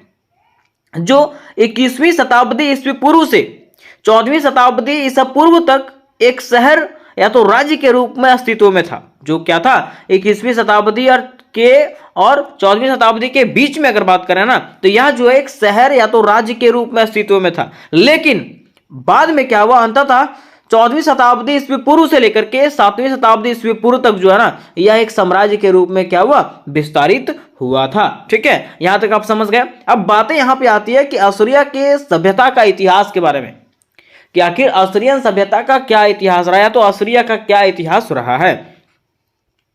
तो लिखेंगे इस प्रकार से कि सेमेटिक जाति ने, कौन सी जाति ने? सेमेटिक जाति ने अपने मुख्य देवता असुर के नाम पर असूरियन सभ्यता की स्थापना की। किसने? तो सेमेटिक जाति ने अपने मुख्य देवता असुर के नाम पर जो है ना असूरियन सभ्यता की स्थापना किया। कहा जाता है कि बेबीलोन की सभ्यता के पतन के साथ ही, किसका? बेबीलोन सभ्यता के पतन के साथ ही उत्तरी मेसोपोटामिया के भागों में असूरिया की सभ्यता का उदय हुआ था। असूरियन सेमेटिक जाति का एक शाखा थी। ठीक है, ऐसे असूरियन जो था ना सेमेटिक जाति का क्या था? एक शाखा था, तथा उनकी भाषा जो था वो अक्कादी था। उनका भाषा क्या था? अक्कादी। ठीक है, नेक्स्ट पॉइंट में कहा गया कि असूरियनवादी का निवास क्षेत्र पर्वतीय इलाका था। असूरियनवादी जो असूरियन जो थे उनका निवास स्थान क्या था? पर्वतीय इलाका, जिसके कारण असूरियनवादी जो थे वो कर्मठ थे, क्रूर तथा युद्ध प्रिय थे। वो युद्ध के प्रिय थे, है ना। और इनका मुख्य कार्य जो था वो कृषि करना था। इसका मुख्य कार्य क्या था? कृषि। नेक्स्ट पॉइंट में कहा गया कि प्रारंभ में मेसोपोटामिया की सभ्यता में एक नगर असुर था। प्रारंभ में क्या हुआ था? मेसोपोटामिया की सभ्यता में एक नगर था असुर, है ना। इसी असुर नगर के नाम पर बाद में इस क्षेत्र का नाम असूरिया पड़ गया। मीन्स कहा गया कि यही जो असुर नगर था इसी क्षेत्र के नाम पर जो है ना बाद में इसका नाम जो है असूरिया पड़ा था।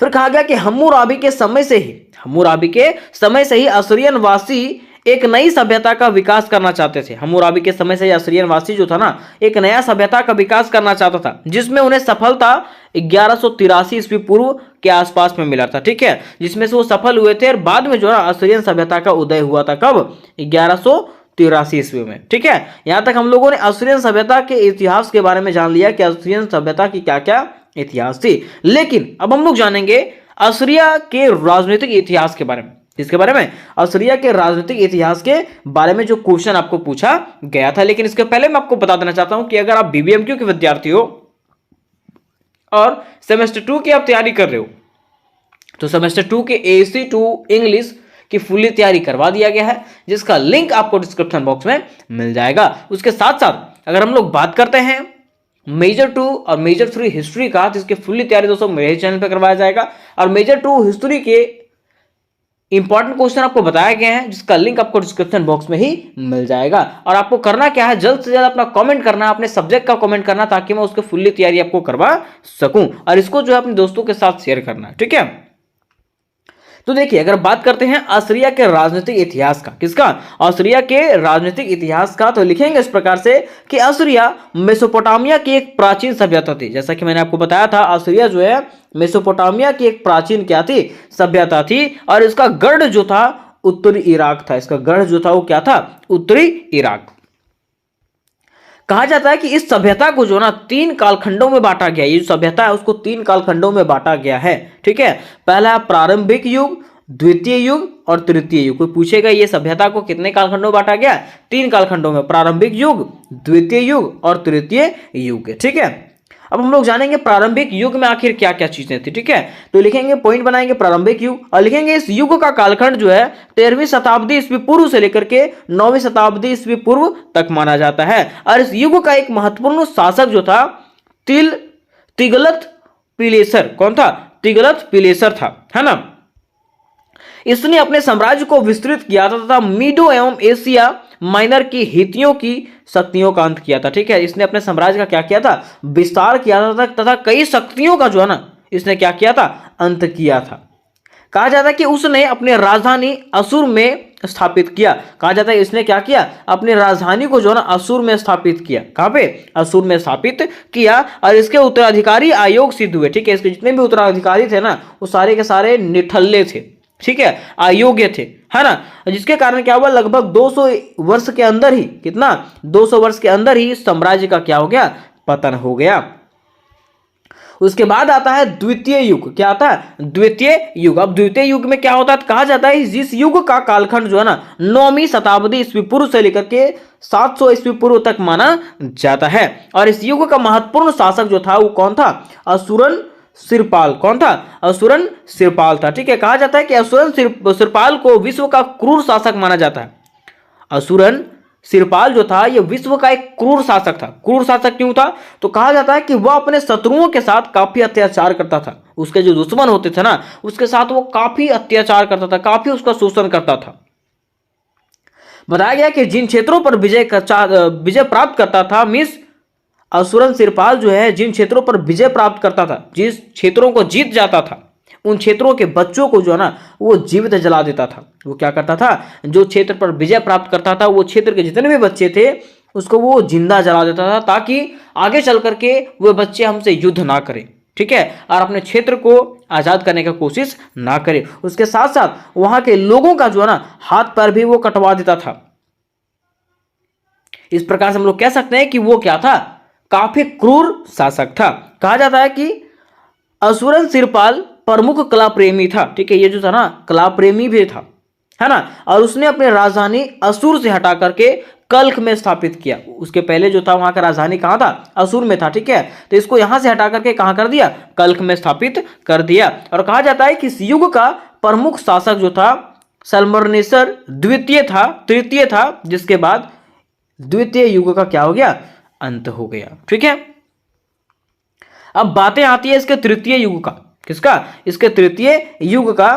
तो लिखेंगे इस प्रकार से कि असीरिया के इतिहास में तृतीय युग का आरंभ तिगलत पिलेसर तृतीय के शासन काल से माना जाता है। और इसके बाद कई शासक हुए। इसके बाद जो है ना यहाँ पे कई शासक हुए, जिसमें प्रमुख शासन असुरबेनीपाल था, ठीक है। और इसने मिस्र में हुए विद्रोहों का दमन किया। इसने क्या हुआ, मिस्र में जितने भी विद्रोह हुआ था उसका दमन किया था। फिर कहा जाता है कि फिनिशिया का दमन किया। इसने क्या किया, फिनिशिया का भी दमन किया था, तथा इसने कला तथा संस्कृति के विकास में महत्वपूर्ण योगदान दिया था। तो यहां तक हम लोगों ने इसके प्रारंभिक चरण, द्वितीय चरण, तृतीय चरण को देख लिए, ठीक है। अब बातें आती है असीरिया के सामाजिक स्थिति का। किसका, असीरिया के सामाजिक स्थिति का।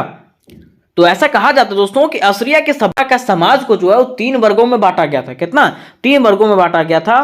पहला उच्च वर्ग। कहा गया कि इसके अंतर्गत पुरोहित, प्रशासनिक अधिकारी तथा सामंत वर्ग आते थे। इसके अंतर्गत कौन कौन आते थे, तो पुरोहित आते थे, प्रशासनिक आते थे, ठीक है, तथा सामंत वर्ग जो है ना इसके अंतर्गत में आते थे। कहा गया कि इस वर्ग के लोगों को समाज में उच्च स्थान प्रदान था, ठीक है। इस वर्ग के जो लोग थे उसको जो है ना समाज में उच्च स्थान प्राप्त था, और इन्हें जो है कई अधिकार प्राप्त भी थे, ठीक है। किसको, उच्च वर्ग के लोगों को। फिर दूसरा आता है मध्यम वर्ग। क्या आता है, मध्यम वर्ग। कहा जाता है कि इस वर्ग में कृषक, मजदूर तथा व्यापारी लोग आते थे। इसमें कौन कौन आते थे, कृषक आते थे, मजदूर आते थे और व्यापारी लोग भी आते थे, ठीक है। ये चीज हम लोगों ने देखा था कभी, हम्मुराबी के शासनकाल के समय, ठीक है। तो वो सेम यही चीज है इसमें, ठीक है। तीसरा आता है निम्न वर्ग। क्या आता है? निम्न वर्ग। ठीक है, अब देखिए इसमें कहा गया कि इसके अंतर्गत दास लोग आते थे। इसके अंतर्गत कौन आते थे? दास लोग आते थे। दास मतलब समझते हैं, नौकर लोग आते थे। ठीक है, उनकी स्थिति जो है ना समाज में अत्यंत निम्न थी। और उनकी स्थिति की बात करें तो उनकी स्थिति जो है ना समाज में बहुत ही क्या था? दयनीय था। इनका मुख्य कार्य धनी वर्ग के लोगों का सेवा करना। ठीक है, इनका मुख्य कार्य क्या था? तो जो अमीर लोग हैं उनका क्या करना? सेवा करना तथा अपने मालिकों के निर्देश पर कार्य करना होता था। किनका कार्य? तो दासों का कार्य। ठीक है, या तो निम्न वर्ग के लोगों का कार्य। ठीक है, अब बात आता है इनके खान पान का। ठीक है, कि इनका खान पान कैसा था? तो कहा जाता है कि इस सभ्यता के लोगों का मुख्य आहार जो था वो गेहूं था, खजूर था। ठीक है, और कई किस्म के आहार थे, है ना। इसके अलावे ये लोग मांसाहारी तथा शाकाहारी दोनों तरह का भोजन किया करते थे। कौन? आस्ट्रियन सभ्यता के लोग जो है ना मांसाहारी तथा शाकाहारी दोनों किस्म के भोजन किया करते थे। अब बात आती है महिलाओं की स्थिति का। किसका? महिलाओं की स्थिति का। तो हम लोग कह सकते हैं ना कि चाहे बात अभी की हो, चाहे बात प्राचीन भारत की हो, ठीक है, चाहे कोई भी सभ्यता की बात हो, हमेशा महिलाओं की स्थिति जो है ना वो दयनीय ही रही है ना। इसलिए कहा गया कि इस सभ्यता में महिलाओं की स्थिति जो है बहुत संतोषजनक नहीं थी। मीन्स ये सभ्यता में जो है ना महिलाओं की स्थिति उतनी भी अच्छी नहीं थी। ठीक है, समाज में पर्दा प्रथा का चलन था। उस समय जो है ना समाज में पर्दा प्रथा चलता था। ठीक है, मिस लोगों को जो है, मिस लेडीज लोग को जो है पर्दा में रहना पड़ता था। ठीक है, अपना मुंह ढक के रखना पड़ता था। और महिलाओं को अब चारदीवारी के अंदर ही सीमित करने का प्रयास किया जाने लगा था। ठीक है, और वहां पे ऐसा सभ्यता आ चुका था कि महिलाओं को जो है अब चारदीवारी के अंदर ही रखा जाने लगा था। तो उम्मीद करते हैं दोस्तों कि ये क्वेश्चन आपको समझ में आ गया होगा। तो आज का प्रश्न हमारा होने वाला है सांग वंश के इतिहास का संक्षिप्त वर्णन करें। प्रश्न क्या है कि सांग वंश के इतिहास का संक्षिप्त वर्णन करें, कि बताना है कि आखिर सांग वंश का इतिहास क्या रहा, है ना, और सांग वंश किसको कहते हैं। ठीक है, तो देखिए आज के वीडियो में हम लोग बड़े ही इजी तरीके से इसको हम लोग जानने का प्रयास करेंगे। उसके पहले मैं आपको बता देना चाहता हूं कि अगर आप मेजर 2 हिस्ट्री का तैयारी करना चाहते हो तो इसकी फुल्ली तैयारी करवा दिया गया, जिसका लिंक डिस्क्रिप्शन बॉक्स में दिया गया है। ठीक है, देखिए सबसे पहले हम लोग स्टार्ट करेंगे इसके परिचय से। अब परिचय में जानेंगे सांग वंश के बारे में। किसके बारे में? सांग वंश के बारे में। लिखेंगे इस प्रकार से कि सांग वंश जो है ना चीन का पहला ऐतिहासिक वंश था। मीन्स कह सकते हैं कि सांग वंश जो है चीन का सबसे पुराना वंश था। ठीक है, जिसका काल लगभग 1600 ईस्वी पूर्व से लेकर के 1046 ईस्वी पूर्व था। ठीक है, मीन्स 1600 ईस्वी पूर्व से लेकर के 1046 ईस्वी पूर्व तक इसका शासन काल रहा था। आगे कहा गया कि यह वंश प्राचीन चीनी सभ्यता के विकास में महत्वपूर्ण भूमिका निभाता। मीन्स कह सकते हैं कि यह जो वंश है, कौन सा? सांग वंश जो है वो प्राचीन सभ्यता, मीन्स चीन का प्राचीन सभ्यता के विकास में एक महत्वपूर्ण भूमिका निभाता है। अब देखिए आगे कहा गया है कि तांग वंश का इतिहास जो है ना प्रमुख रूप से पुरातात्विक साक्ष्यों और चीनी ग्रंथों जैसे सू जिंग और सी जिंग से प्राप्त होता है। ठीक है, मीन्स सांग वंश के इतिहास की अगर हम बात करें तो इसका साक्ष्य जो है ना वो कहां से प्राप्त होता है? तो पुरातात्विक स्रोतों से, जो है आपका सूजिंग और सीजिंग। ठीक है, ये जो पुरातात्विक स्रोत है इसी से जो है ना सांग वंश के इतिहास के बारे में पता चलता है। ठीक है, सीजिंग को हम लोग क्या कहते हैं? तो रिकॉर्ड्स ऑफ ग्रांड हिस्टोरियन। क्या कहते हैं? रिकॉर्ड्स ऑफ ग्रांड हिस्टोरियन कहते हैं। ये चीज आपको याद रखना पड़ेगा। ठीक है, अब बातें यहां पे आती है सांग वंश के संक्षिप्त वर्णन या तो संक्षिप्त इतिहास, है ना, कि सांग वंश का क्या इतिहास रहा था उसके बारे में बताना है। तो सांग वंश के सबसे पहले हम लोग जानेंगे स्थापना और उदय। ठीक है, कि इसकी स्थापना किसने किया और इसका उदय कब हुआ। तो कहा जाता है कि सांग वंश की स्थापना राजा तांग ने किया था। कोई पूछेगा सांग वंश की स्थापना किसने किया? तो सांग वंश की स्थापना जो है ना राजा तांग ने किया था, जिन्होंने जिया वंश के अंतिम शासक को पराजित किया। जिसने क्या किया था? जिया वंश के अंतिम शासक को पराजित किया था। और किसका स्थापना किया? सांग वंश का स्थापना किया था। फिर कहा गया कि सांग वंश की राजधानी कई बार बदली गई। सांग वंश की राजधानी की अगर बात करें तो इसकी राजधानी को जो ना कई बार बदला गया, जिसके बाद इसकी प्रमुख राजधानी इन थी। जिसकी बाद इसके प्रमुख राजधानी क्या था? इन था, जिसे आज के आधुनिक हेनान प्रांत में जो है ना अनयंग के नाम से जाना जाता है। कोई पूछेगा कि सांग वंश का जो राजधानी था इन, उसको आज के आधुनिक हेनान प्रांत में किसके नाम से जाना जाता है? तो अनयंग के नाम से। किसके नाम से? अनयंग के नाम से जाना जाता है। कहा जाता है कि इसको जो है ना इन वंश भी कहा जाता है। इसको क्या कहा जाता है, इन वंश के नाम से भी जाना जाता है। अब देखिए आगे कहा गया कि यह वंश हंगाहो घाटी के समृद्ध क्षेत्रों में स्थित था। या जो वंश है वो कहां पे, एल्लो रिवर मीन्स पीला नदी घाटी के समृद्ध क्षेत्रों में स्थित था, जहां का कृषि और शहरीकरण का क्या हुआ था, विकास हुआ था। मिस कह सकते हैं जहां पे कृषि का विकास हुआ और शहरीकरण का क्या हुआ था, विकास हुआ था। अब दोस्तों हम लोग इसके दूसरे विशेषता के बारे में जानेंगे या तो दूसरे इतिहास के बारे में जानेंगे, जो है राजनीतिक संरचना, कि आखिर सांग वंश का राजनीतिक संरचना कैसा था। तो कहा जाता है कि सांग वंश में राजशाही शासन प्रणाली था। सांग वंश में जो है ना राजशाही शासन प्रणाली, राजशाही मतलब समझते हैं राजा का शासन था, है ना, जहां राजा का शासन सर्वाधिक शक्तिशाली था, जहां पे राजा का शासन जो होता था वो सबसे शक्तिशाली होता था। अब यहीं पे कह दिया कि राजशाही शासन व्यवस्था है, इसका मतलब राजा का ही शासन होगा वहां पे, है ना। कहा कि राजा का नियंत्रण जो है ना केवल अपने राज्य पर ही नहीं बल्कि आसपास के क्षेत्रीय सरदारों पर भी था, ठीक है। और राजा का जो नियंत्रण होता था सिर्फ अपने राज्य पर ही नहीं होता था बल्कि आसपास के जितने भी क्षेत्र थे उसके सरदारों पर भी उसका नजर होता था। कहा गया कि सरदार जो है राजा को कर और सैनिक सहायता प्रदान करते थे, और अन्य क्षेत्र के जो सरदार होते थे वो राजा को क्या करते थे, तो सैनिक सहायता प्रदान करते थे। अगला पॉइंट में कहा गया है कि राजा धार्मिक और राजनीतिक दोनों भूमिकाएं निभाते थे। राजा जो है वो धार्मिक और राजनीतिक दोनों भूमिका निभाता था। उन्होंने देवताओं से संपर्क साधने के लिए अनुष्ठान और बलि प्रणाली को भी महत्व दिया। राजा ने क्या किया, देवताओं से मतलब मान लीजिए देवी देवताओं का पूजा करने के लिए, ठीक है, उन्होंने अनुष्ठान मतलब यज्ञ वगैरह होता है ना वो सब भी करवाया, और बलि प्रणाली को भी शुरुआत किया। किसने, वहां के राजा ने। अब हम लोग इसके तीसरे विशेषताओं को समझेंगे या तो तीसरे इतिहास को समझेंगे, जो है इसका धार्मिक एवं सांस्कृतिक पहलू। क्या है, धार्मिक एवं सांस्कृतिक पहलू। कहा गया है कि सांग वंश में धर्म का विशेष महत्व था। क्या कहा गया, सांग वंश की अगर बात करें तो सांग वंश में धर्म का जो है ना एक विशेष महत्व था। यहाँ के लोग जो हैं देवताओं, पूर्वजों और प्रकृति की पूजा करते थे। तो कोई पूछेगा सांग वंश के लोग जो है ना किसकी किसकी पूजा करते थे, तो यहाँ के लोग जो है देवी देवताओं, पूर्वजों और प्रकृति की पूजा किया करते थे। प्रकृति में आ गया हवा आ गया, पहाड़ आ गया, ठीक है, जो भी चीजें हैं, जल हो गया, सबकी पूजा ये करते थे। कौन, सांग वंश के लोग। कहा जाता है तथा यही देवताओं और पूर्वजों की पूजा के लिए बलि प्रथा का भी प्रचलन था। और कहा गया ना कि यहाँ के देवी देवताओं के पूजा करने के लिए और पूर्वजों की पूजा करने के लिए यहाँ के लोग जो हैं क्या करते थे, बलि भी दिया करते थे। यहाँ पे बलि प्रथा भी था, ठीक है।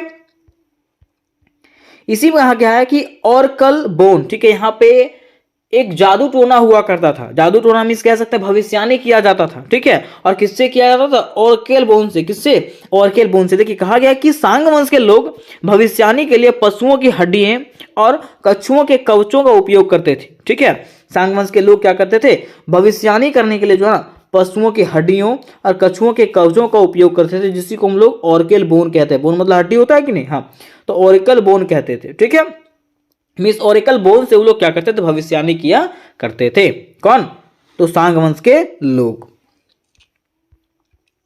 अब इसका चौथा जो इतिहास है या तो विशेषता कह सकते हैं वो है कला और प्रौद्योगिकी। क्या है, कला और प्रौद्योगिकी। मीन्स कह सकते हैं कि यहाँ का जो क्षेत्र था, सांग वंश का जो इतिहास था, उसमें से कला का भी एक विशेष महत्व था। क्योंकि देखिए इसमें कहा गया कि सांग वंश कांस्य निर्माण में कुशल था। कांस्य मतलब कांसा, ठीक है, कांसा निर्माण में कुशल था। और उनके द्वारा निर्मित कांस्य जो है ना हथियार, बर्तन और मूर्तियां तकनीकी दृष्टि से उन्नत थी। मीन्स कहा गया कि सांग वंश में जो है ना कांसा बनाया जाता था, और कांसा से रिलेटेड जितने भी सामानें होती थी वो सारी चीजें बनाए जाते थे। हथियार हो गया, बर्तन हो गया, मूर्तियां हो गई, ये सब चीजें बनाई जाती थी। उन्होंने सिरेमिक और रेशम उत्पादन की शुरुआत किया। उसके साथ साथ उन्होंने क्या किया, सिरेमिक और रेशम, रेशम मतलब समझते हैं, रेशम उत्पादन शुरू किया था। किसने, सांग वंश के लोगों ने। फिर कहा गया कि सांग वंश कांस्य धातु का उपयोग के लिए प्रसिद्ध था। जैसा कि हम लोग सब जानते हैं कि सांग वंश जो है ना कांसे के धातु के उपयोग के लिए क्या था, काफी प्रसिद्ध था। उन्होंने युद्ध के लिए हथियार बनाया, अनुष्ठानिक पात्र बनाया और मूर्तियां भी बनाई, ठीक है, मूर्तियां, कांसे के मूर्तियां बनाया, ठीक है। अनुष्ठान मतलब यज्ञ के लिए सामग्रियों का निर्माण किया। उसके साथ साथ युद्ध के लिए जो ना हथियार का भी निर्माण किया था। अब देखिए इसके पांचवा इतिहास की बात करें तो इसमें पांचवा इतिहास है इसका आर्थिक जीवन, कि आखिर सांग वंश का आर्थिक जीवन कैसा था। तो कहा गया है कि सांग वंश की अर्थव्यवस्था मुख्य रूप से कृषि पर आधारित थी। सांग वंश की जो अर्थव्यवस्था है ना दोस्तों, ये मुख्य रूप से किस पे आधारित था, तो कृषि पे। किस पे, कृषि पे, ठीक है। यहाँ की प्रमुख फसलें जो थी वो चावल और जौ थी। कोई पूछेगा सांग वंश का प्रमुख जो फसल था वो क्या था, चावल और जौ। कहा गया कि उन्होंने सिंचाई प्रणाली का भी विकास किया। उसने क्या किया, उन्होंने सिंचाई प्रणाली का भी विकास किया और रेशम उत्पादन और बुनाई में सांग वंश के आर्थिक विकास के प्रतीक थे। मीन्स कहा गया कि ये जो है ना वो क्या करते थे, रेशम उत्पादन करते थे और बुनाई भी करते थे, है ना। और इसमें जो है ना सांग वंश का क्या हुआ, काफी विकास हुआ था। अब हम लोग जानेंगे इसके छठे इतिहास के बारे में, जो है समाज और जीवन शैली। हम लोग जानेंगे कि यहाँ का समाज का प्रणाली कैसा था और जीवन शैली कैसा था। कहा गया है कि सांग वंश वर्गों में विभाजित था। सांग समाज जो है ना वो कई भागों में बटा हुआ था। जैसे कि पहला था राज परिवार और अभिजात वर्ग। राज परिवार और अभिजात वर्ग, इसमें कौन आते थे, तो ये वर्ग जो है ना सत्ता और संपत्ति पर नियंत्रण रखता था। ये जो वर्ग है ना वो सत्ता पे, मीन्स राजा वगैरह जो होते थे, और संपत्ति पर जो नजर रखते थे उसको हम लोग क्या कहते हैं, राज परिवार और अभिजात वर्ग। फिर दूसरा है युद्धवीर और सैनिक। युद्धवीर और सैनिक, ठीक है। युद्धवीर क्या करते थे, तो राज्य की रक्षा करते थे और इसका विस्तार के लिए जो है ना कार्य करते थे। कौन, युद्धवीर और सैनिक। फिर तीसरा में आता है किसान और मजदूर। कौन आता है, किसान और मजदूर। कहा गया कि यह वर्ग जो है कृषि और निर्माण कार्य में संलग्न थे, ठीक है। मीन्स ये जो वर्ग था वो क्या करते थे, खेती करते थे और कोई कार्य, निर्माण वगैरह कोई कार्य करता था, ठीक है। फिर चौथा जो था वो था गुलाम वर्ग। क्या था, गुलाम वर्ग। कहा जाता है कि इन्हें युद्धों में बंदी बना करके लाया जाता था। इसको जो है ना जब युद्ध होता था, युद्ध में जब हार जाते थे अगले साइड के लोग, ठीक है, तो जो बंदी बनता था उसको यहाँ पे बंदी बना करके लाया जाता था, उसको गुलाम रखा जाता था। अब बात यहां पे आती है इसके सातवें इतिहास का, जो है पतन का कारण, ठीक है, कि आखिर इसका पतन कैसे हुआ। तो कहा जाता है कि लगभग 1046 ईस्वी पूर्व में, लगभग 1046 ईस्वी पूर्व में सांग वंश के झोऊ वंश ने पराजित कर दिया, ठीक है। सांग वंश को क्या किया, झोऊ वंश ने पराजित कर दिया। इस वंश के अंतिम राजा जो थे वो कौन थे, डी सीन का शासन भ्रष्ट और अत्याचार पूर्ण माना जाता था, ठीक है। मीन्स इस वंश के जो अंतिम राजा थे, कौन, डिसीन, है ना, इनका शासन प्रणाली जो था वो क्या था, भ्रष्ट था और अत्याचार करते थे ये, ठीक है, अत्याचार पूर्ण था, है ना। जिसके कारण से क्या हो गया, इस वंश का जो है वो पतन हो गया, ठीक है। अब मान लीजिए किसी पे आप अत्याचार करोगे, किसी को मारोगे, तो क्या वो लोग पसंद करेंगे, नहीं करेंगे, है ना। इसी कारण से इसका क्या हो गया, पतन हो गया। अब बात यहां पे आती है सांग वंश के महत्व का, क्या, कि सांग वंश का क्या क्या महत्व रहा, ठीक है। लेकिन इसको बताने से पहले मैं आपको बताते रह चाहता हूं कि अगर आप लोग बीबीएमक्यू के विद्यार्थी हो और मेजर 2 हिस्ट्री, मेजर 3 हिस्ट्री की तैयारी करना चाहते हो, तो इसकी फुल्ली तैयारी दोस्तों मेरे ही चैनल पर करवाया जाएगा और मेजर 2 की तैयारी करवा दिया गया है, जिसका लिंक आपको डिस्क्रिप्शन बॉक्स में मिल जाएगा। और अगर इसकी पीडीएफ आपको चाहिए होगा दोस्तों, तो पीडीएफ के लिए व्हाट्सएप ग्रुप और टेलीग्राम ग्रुप का लिंक डिस्क्रिप्शन बॉक्स में दिया गया, वहां से आप लोग दोनों ग्रुप में ज्वाइन हो जाएं, क्योंकि पीडीएफ उसी में भेजा जाएगा। और अन्य जो आपके सब्जेक्ट हैं उसका कमेंट मुझे कर दीजिएगा ताकि मैं उसका तैयारी करवा सकूं, ठीक है। अब देखिए कहा गया कि सांग वंश की महत्व, ठीक है, कि सांग वंश का क्या महत्व रहा, ठीक है। कहा जाता है कि सांग वंश ने चीन की प्राचीन सभ्यता को स्थिरता प्रदान किया। सांग वंश ने क्या किया, चीन का जो प्राचीन सभ्यता था उसको स्थिरता, स्थिरता मतलब मजबूती प्रदान किया था। किसने, सांग वंश ने। कहा जाता है कि इसने कला, धर्म, राजनीति और तकनीकी विकास की नींव रखी। इसने क्या किया, चीन में जो है ना कला के क्षेत्र में, धर्म के क्षेत्र में, राजनीति और तकनीकी के क्षेत्र में विकास का नींव रखा था, विकास किया था। जिसके बाद झोऊ वंश और अन्य चीनी राजवंशों को प्रेरित किया। जिसने क्या किया, झोऊ वंश और अन्य जो चीनी राजवंश था उसको प्रेरित किया कि आप क्या करें, यहाँ का विकास करें। कहा जाता है कि सांग वंश के अवशेष और पुरातात्विक खोज आज भी चीनी इतिहास को समझने में मदद करता है, ठीक है, कि सांग वंश का जो अवशेष है और पुरातात्विक खोज जो है ना वो आज भी चीन के इतिहास को समझने में क्या करता है, मदद करता है। तो उम्मीद करते हैं दोस्तों कि ये क्वेश्चन आपको समझ में आ गया होगा। तो आज का प्रश्न हमारे इस प्रकार से है कि चीनी सभ्यता एवं इसकी विशेषताओं का वर्णन करें। प्रश्न क्या है कि चीनी सभ्यता अर्थात चीन की सभ्यता एवं इसकी विशेषताओं का वर्णन करें। ठीक है, तो सबसे पहले हम लोग यहाँ पे ये जानेंगे कि आखिर चीन की सभ्यता क्या है ना, और आखिर इसकी क्या क्या विशेषताएं हैं। ठीक है, तो देखिए अगर हम लोग बात करते हैं चीन की सभ्यता का, मैं आपको शॉर्ट में थोड़ा सा बता देता हूं कि चीन की सभ्यता की अगर बात करें तो चीन की सभ्यता जो है ना विश्व की सबसे पुरानी सभ्यताओं में से एक है। उसके साथ साथ ये एक महत्वपूर्ण सभ्यता है। कौन सा? चीन की सभ्यता जो है विश्व की सबसे पुरानी सभ्यताओं में से एक है और एक महत्वपूर्ण सभ्यता है जिसकी कई सारे विशेषताएं हैं, जैसे कि मान लो यहाँ की भौगोलिक स्थिति, कृषि व्यवस्था, यहाँ का शासन व्यवस्था, यहाँ का धर्म, यहाँ के विज्ञान प्रौद्योगिकी, कला और वास्तुकला, हर एक क्षेत्र में जो है ना यहाँ पे विशेष प्रकार का उन्नति हुआ था। ठीक है, इसलिए इस क्षेत्र को जो है इस चीनी सभ्यता को जो है एक महत्वपूर्ण सभ्यता का दर्जा दिया गया है। ठीक है, तो चलिए दोस्तों इसको हम लोग विस्तार से समझते हैं और जानेंगे कि आखिर एग्जामिनेशन में आपको कैसे लिखना है। तो सबसे पहले आपको शुरुआत करना है दोस्तों परिचय से। कहां से? परिचय से शुरुआत करना है और लिखना इस प्रकार से है कि चीनी सभ्यता दुनिया की सबसे प्राचीन और महत्वपूर्ण सभ्यताओं में से एक है। जैसा कि मैंने आपको बताया कि चीन की जो सभ्यता है वो दुनिया की, विश्व की बात करें तो विश्व की सबसे पुरानी, प्राचीन मतलब क्या होता है? पुराना और महत्वपूर्ण सभ्यताओं में से एक है। अब देखिए आगे कहा गया कि इसकी शुरुआत की बात करें, इसकी शुरुआत जो है ना लगभग 5000 वर्ष पूर्व हुआ था। इसकी शुरुआत जो है, कोई पूछेगा कि चीन की सभ्यता का शुरुआत कब हुआ था, तो 5000 वर्ष पहले। पूर्व का मतलब क्या होता है? पहले हुआ था। ठीक है, मान लीजिए अगर आपको कोई पूछता है कि यह सभ्यता जो है ना मुख्य रूप से कहां पे पनपा, कहां पे विकास हुआ इस सभ्यता का, तो आपको बताना है यह जो सभ्यता है वो मुख्य रूप से यांगत्से और हांगहो नदी में जो है ना घाटी में विकसित हुआ, जिसको पीली नदी भी कहा जाता है। ठीक है, आगे देखिए कहा जाता है कि चीनी सभ्यता का योगदान जो है ना, चीनी सभ्यता जो है उसका योगदान विज्ञान, कला, वास्तुकला, दर्शन और शासन व्यवस्था के क्षेत्र में बहुत महत्वपूर्ण रहा है। क्या कहा गया कि चीनी सभ्यता का जो योगदान है हर एक क्षेत्र में बहुत ही महत्वपूर्ण रहा, जैसे कि विज्ञान के क्षेत्र में, वास्तुकला के क्षेत्र में, ठीक है, कला के क्षेत्र में, शासन व्यवस्था के क्षेत्र में, हर एक क्षेत्र में इनका महत्वपूर्ण योगदान रहा। तो इनके योगदानों को हम लोग आज विस्तृत रूपेण जानेंगे। ठीक है, तो वही लिखा हुआ यहाँ पे कि चीनी सभ्यता के मुख्य विशेषताएं, ठीक है, कि चीन की सभ्यता की मुख्य विशेषताएं क्या क्या है। ठीक है, तो पहला इसका जो विशेषता है वो है इसकी भौगोलिक स्थिति और कृषि। हम लोग जानेंगे कि यहाँ का भौगोलिक स्थिति कैसा था, चीन का जो सभ्यता है इसका भौगोलिक स्थिति और यहाँ का कृषि व्यवस्था कैसा था। तो कहा जाता है कि हांगहो और यांगत्से नदी के किनारे सभ्यता का विकास हुआ। जैसा कि हम लोग ऊपर भी देखे थे, इस सभ्यता का जो विकास है वो कहाँ कहाँ हुआ था, तो हांगहो जिसको हम लोग पीली नदी कहते हैं, ये और यांगत्से नदी के किनारे इस सभ्यता का विकास हुआ। आगे कहा गया कि हांगहो नदी को चीन की दुखद नदी भी कहा जाता है।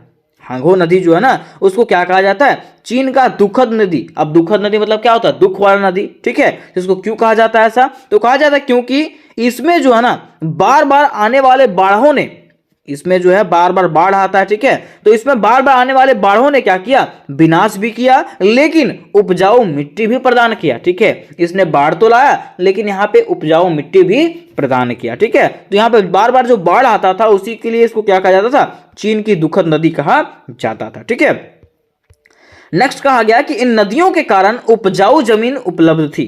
इन नदियों के कारण यहाँ पे क्या था?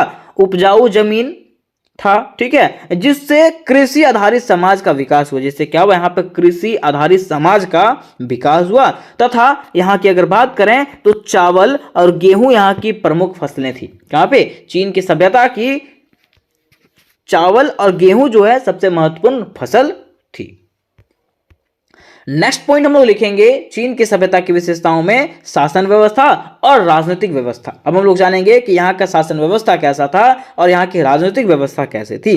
तो कहा गया है कि चीन में जो है ना राजवंशीय शासन था। राजवंशीय मतलब समझते हैं? राजा का वंश यहाँ पे शासन करेगा, वैसा शासन। ठीक है, जिसके प्रमुख राजवंश थे, जिसके प्रमुख राजवंश कौन कौन से थे?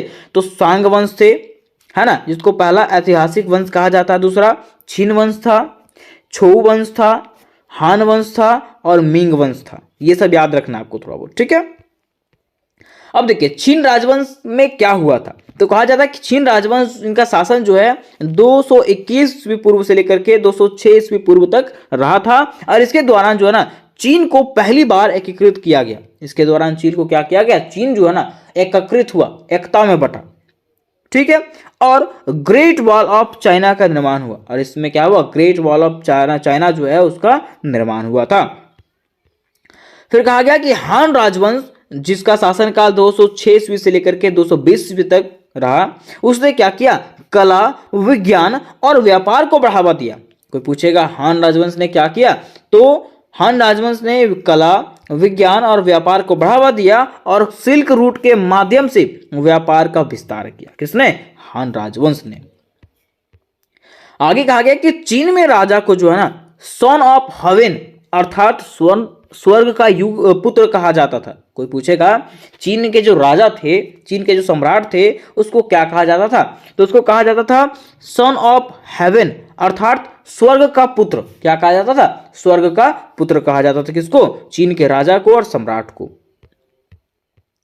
अब हम लोग जानेंगे इसकी तीसरी विशेषताएं, जो है यहाँ की लिपि और साहित्य। क्या है, लिपि और साहित्य। कहा जाता है दोस्तों कि चीनी लिपि चित्रलिपि पर आधारित थी। चीन का जो लिपि था वो किस पे आधारित था, चित्रलिपि। चित्रलिपि मतलब समझते हैं, छाप के बताया जाएगा, छाप के कुछ लिखा जाएगा, है ना, उस पर आधारित था। कहा जाता है कि इन लिपियों का उपयोग जो है ना प्रशासनिक कार्य, व्यापारी और साहित्य के लिए किया जाता था। ये जो लिपि था उस समय इसका प्रयोग जो है ना प्रशासनिक कार्य, व्यापारी और साहित्य लेखन के लिए इसका प्रयोग किया जाता था।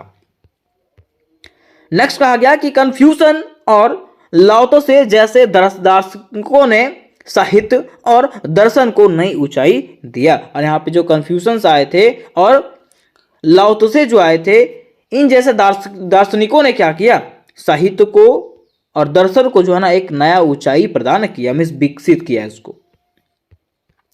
अब हम लोग जानेंगे इसके चौथे विशेषता, जो है धर्म और दर्शन। क्या है, धर्म और दर्शन। कहा गया कि चीनी सभ्यता में कन्फ्यूशियसवादी, ताओवाद और बौद्ध धर्म का प्रमुख थे। इस चीनी सभ्यता में जो है ना कौन कौन से धर्म था, तो कन्फ्यूशियसवादी, ताओवाद और बौद्ध धर्म, है ना। अब देखिए कहा गया कि कन्फ्यूशियसवाद जो है ना वो नैतिकता, अनुशासन और शिक्षा पर बल देता था। कोई पूछेगा कन्फ्यूशियसवाद जो धर्म था वो किस पे बल देता था, तो नैतिकता, अनुशासन और शिक्षा पर बल देता था। फिर आ गया ताओवाद, ठीक है। तो ताओवाद क्या कहता था, ये कहता था प्रकृति के साथ सामंजस्य बना करके रखें, प्रकृति के साथ सामंजस्य बना करके रखें और आत्मा की शांति पर ही आधारित था, ठीक है, कि आत्मा को शांति कैसे मिलेगा। उसके बाद हमारा आता है बौद्ध धर्म। क्या आता है, बौद्ध धर्म। तो कहा जाता है कि बौद्ध धर्म जीवन और मृत्यु के चक्र को समझाने और मोक्ष प्राप्त करने पर केंद्रित है। बौद्ध धर्म क्या करता था, जीवन, ठीक है, जीवन और मृत्यु का क्या चक्र है, क्या मामला है, उसके बारे में बताता था और मोक्ष कैसे प्राप्त करें, ये चीजों के बारे में बताया जाता था। किसमें, बौद्ध धर्म में।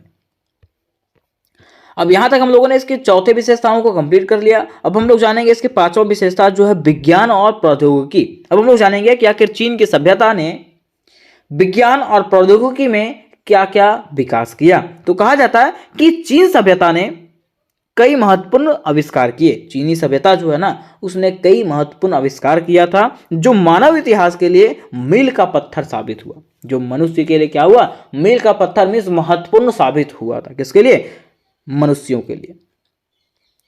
तो इन्होंने क्या क्या आविष्कार किया, तो पहला आविष्कार जो इन्होंने कागज का किया। किसका, कागज का किया, जिसका आविष्कार कब हुआ, तो 105 ईस्वी में बनाया गया। कोई पूछेगा कि कागज का आविष्कार चाइना ने कब किया था, तो 105 ईस्वी पूर्व बनाया था। फिर बारूद का आविष्कार जो है इन्होंने ही किया था, 9वीं शताब्दी में विकसित किया गया। इसका विकास कब हुआ, 9वीं शताब्दी में। फिर तीसरा आता है कंपास। क्या आता है, कंपास। कहा जाता है नेविगेशन के लिए अनिवार्य। कंपास का मतलब क्या होता है, दिशा दिखाने के लिए, है ना। फिर है छपाई की तकनीक, ठीक है, जैसे मान लीजिए पेपर आ गया, ठीक है, पेपर पे छपाई कैसे किया जाएगा, प्रिंट करने का, ठीक है, प्रिंट करने का माध्यम जो है ना ये किसने बनाया था, तो चाइना ही ने बनाया था। कहा जाता है कि जिसने शिक्षा और साहित्य को बढ़ावा दिया। मिस छपाई की तकनीक ने क्या किया, शिक्षा और साहित्य को बढ़ावा दिया। इस प्रकार से हम लोग कह सकते हैं कि यहाँ पे विज्ञान भी विकसित हुआ था, ठीक है। आगे क्या गया कि कृषि में उन्नत जल प्रबंधन तकनीक और नहरों का निर्माण हुआ। इसके दौरान यहाँ पे क्या हुआ, कृषि में उन्नत जल प्रबंधन और नहरों का निर्माण हुआ। ये सभी आविष्कार जो है आगे चल करके विश्व सभ्यता के विकास में बहुत उपयोगी साबित हुआ। ठीक है, और ये सब जो यहाँ पे आविष्कार हुआ था ये विश्व सभ्यता के विकास में, विश्व के विकास में जो है ना बहुत उपयोगी साबित हुआ था। जैसा कि हम लोग सब जानते हैं कागज हमारे लिए अभी भी इंपॉर्टेंट है ना। छपाई की तकनीक अगर बात करें, अगर कागज है उस पर छपेगा ही नहीं तो क्या वो ठीक है, नहीं। ठीक है, अभी हम लोग फोटोकॉपी करवाते हैं, जेरोक्स करवाते हैं, है ना, तो ये बहुत इंपॉर्टेंट चीज है। तो ये पूरे विश्व की सभ्यता का जो है ना उपयोगी साबित हुआ था। अब देखिए इसके छठे विशेषता की बात करें तो छठा विशेषता में है कला और वास्तुकला। मीन्स कह सकते हैं कि इस क्षेत्र में जो है मीन्स चीन की सभ्यता में कला और वास्तुकला का भी क्या हुआ था, विकास हुआ था। कहा जाता है कि चीन में कला का प्रमुख रूप चित्रकला, मूर्तिकला और मिट्टी के बर्तनों का निर्माण हुआ। मीन्स चीन के काल में क्या हुआ, तो प्रमुख रूप से जो है ना चित्रकला, मूर्तिकला और मिट्टी के बर्तनों का निर्माण हुआ था। कहाँ पे, चीन की सभ्यता में। फिर कहा गया कि यहाँ पे जो है ना एक महान दीवार बनाया गया था जिसको हम लोग कहते हैं ग्रेट वॉल ऑफ चाइना। क्या कहते हैं, ग्रेट वॉल ऑफ चाइना। ठीक है, चीन की सबसे प्रमुख वास्तु रचना है। आप इसको जो है ना अभी भी लोग जानते हैं। ठीक है, the great wall of China. ठीक है, आप सर्च कीजिएगा आपको पता चल जाएगा। आगे कहा गया कि रेशम पर चित्रकारी और मिंग राजवंश के दौरान चीनी मिट्टी के बर्तन बहुत प्रसिद्ध थे। कहा जाता है ना कि यहाँ के लोग जो है ना क्या करते थे, रेशम पर चित्रकारी करते थे। ठीक है, और मिंग राजवंश के दौरान जो है ना चीनी क्या किया करते थे, मिट्टी के बर्तन, मतलब मिट्टी का बर्तन यहाँ पे बहुत प्रसिद्ध था, है ना। अब आता है इसकी सातवीं विशेषताएं जो है इसकी सामाजिक व्यवस्था। क्या है, सामाजिक व्यवस्था। कहा गया है कि चीनी समाज मुख्य रूप से कृषि आधारित था। चीन का जो समाज है वो मुख्य रूप से किस पे आधारित था, कृषि पे आधारित था। और यहाँ का जो समाज जो था वो पितृसत्तात्मक था, मतलब पिता का सत्ता था यहाँ पे। ठीक है, कहा जाता है कि और परिवार को सामाजिक संरचना का आधार माना गया। और यहाँ का जो परिवार है उसको सामाजिक संरचना का आधार माना गया। अब देखिए इसके आगे भी आपको पॉइंट बताए गए हैं, लेकिन इसको बताने से पहले मैं आपको इतना बता देना चाहता हूं कि अगर आप सेमेस्टर 2 की तैयारी करना चाहते हो, ठीक है, और आप मेजर हिस्ट्री के विद्यार्थी हो, ठीक है, तो मेजर 2 की तैयारी दोस्तों करवा दिया गया है, जिसका लिंक आपको डिस्क्रिप्शन बॉक्स में मिल जाएगा। और अगर आपको मेजर 3 की तैयारी करना है और अन्य आपके सब्जेक्ट्स का तैयारी करना है तो मुझे कमेंट करें कि सर इसका तैयारी करवा दीजिए, तो मैं इसका जल्द से जल्द तैयारी करवा दूंगा। आपके एग्जामिनेशन स्टार्ट होने से पहले मैं इसका तैयारी संपूर्ण करवा दूंगा। ठीक है, लेकिन आप अपना कॉमेंट करोगे तभी।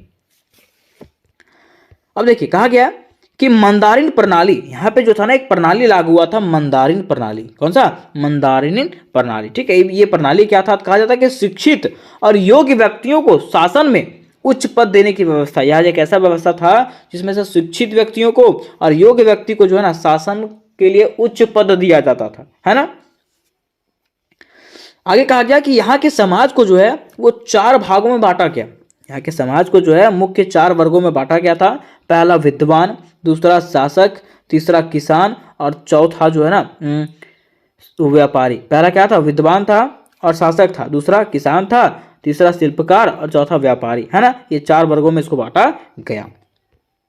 ठीक है, अब देखिए इसका 8वां जो विशेषता है वो है व्यापार और अर्थव्यवस्था। क्या है, व्यापार और अर्थव्यवस्था।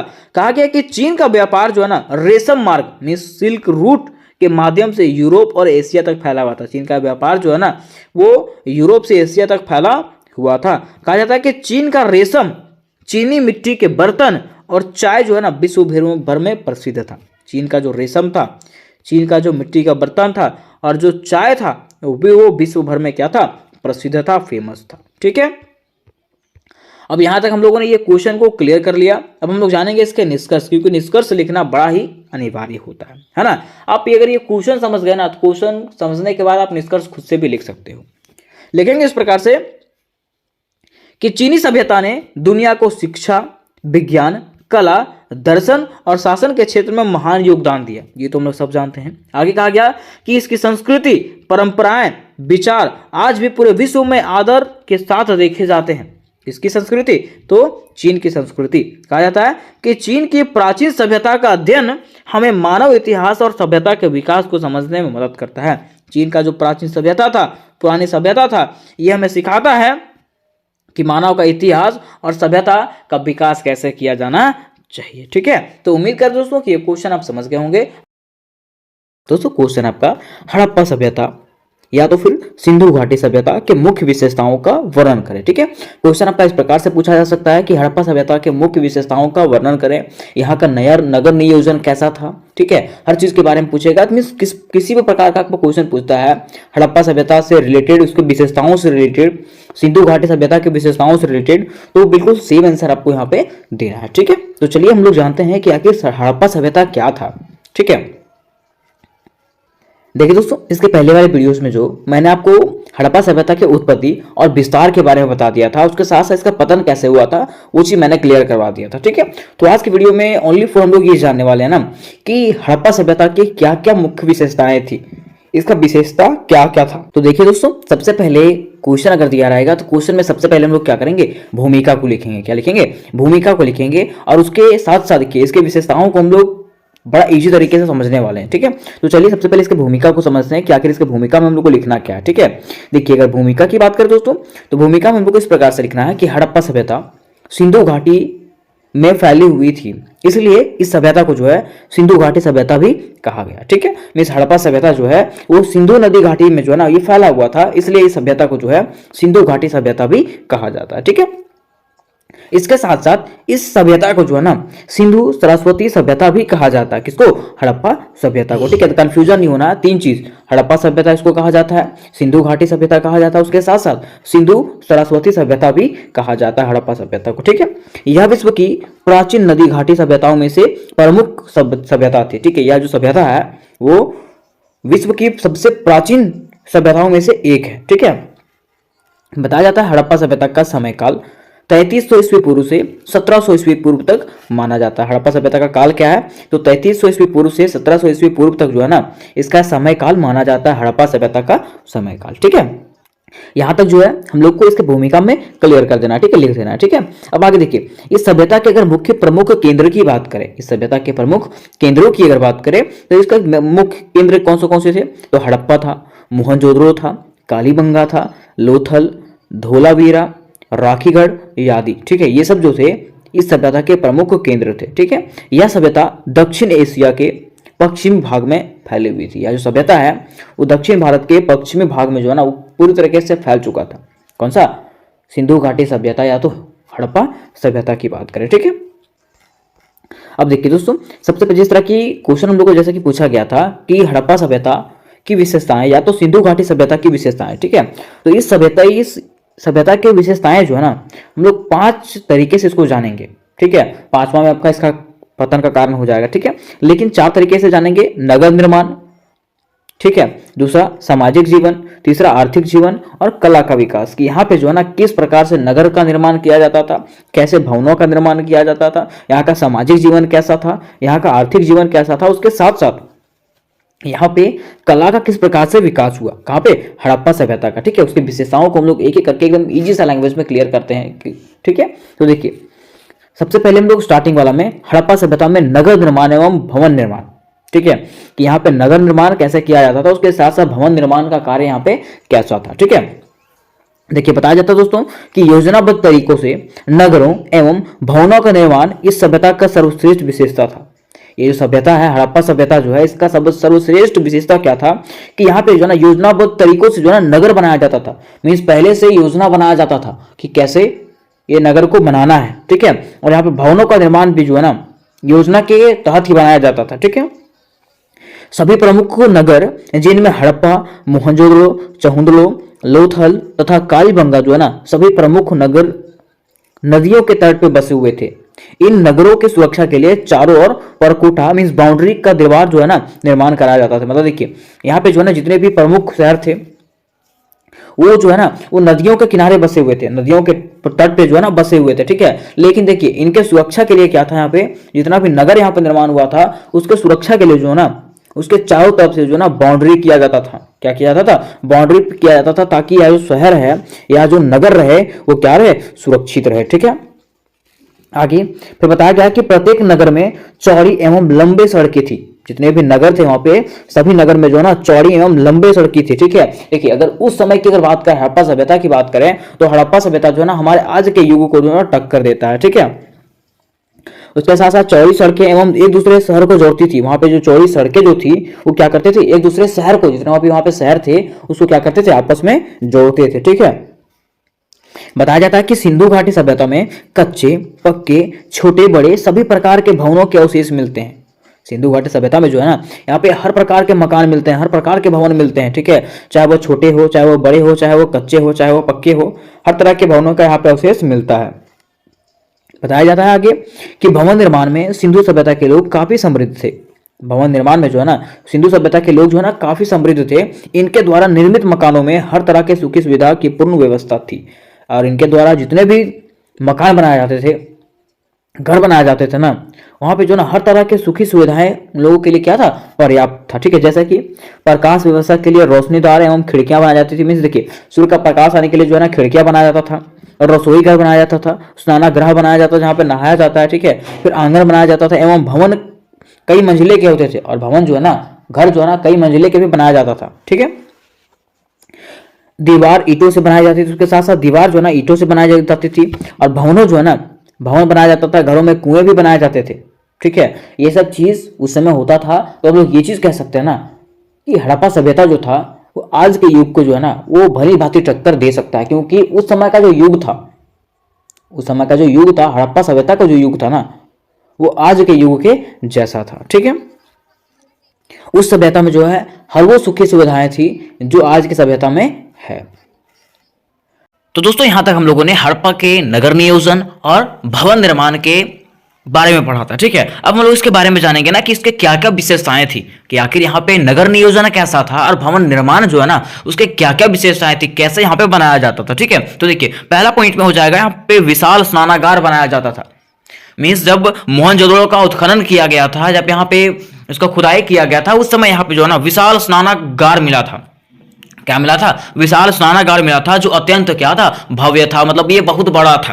क्या था? बहुत बड़ा था। और देखिए यहाँ पे एक ऐसा स्नानागार था ना जिससे जल निकालने के लिए, स्नान कुंड से जल बाहर निकालने के लिए उत्तम प्रबंध किया गया था। उसके साथ साथ उसमें फिर से जल डालने के लिए भी उसका उत्तम प्रबंध किया गया था। हर चीज उसका जो बाउंड्री दिया गया था, स्नानागार का जो बाउंड्री दिया गया था, एकदम पक्का सीमेंट का प्रयोग किया गया था।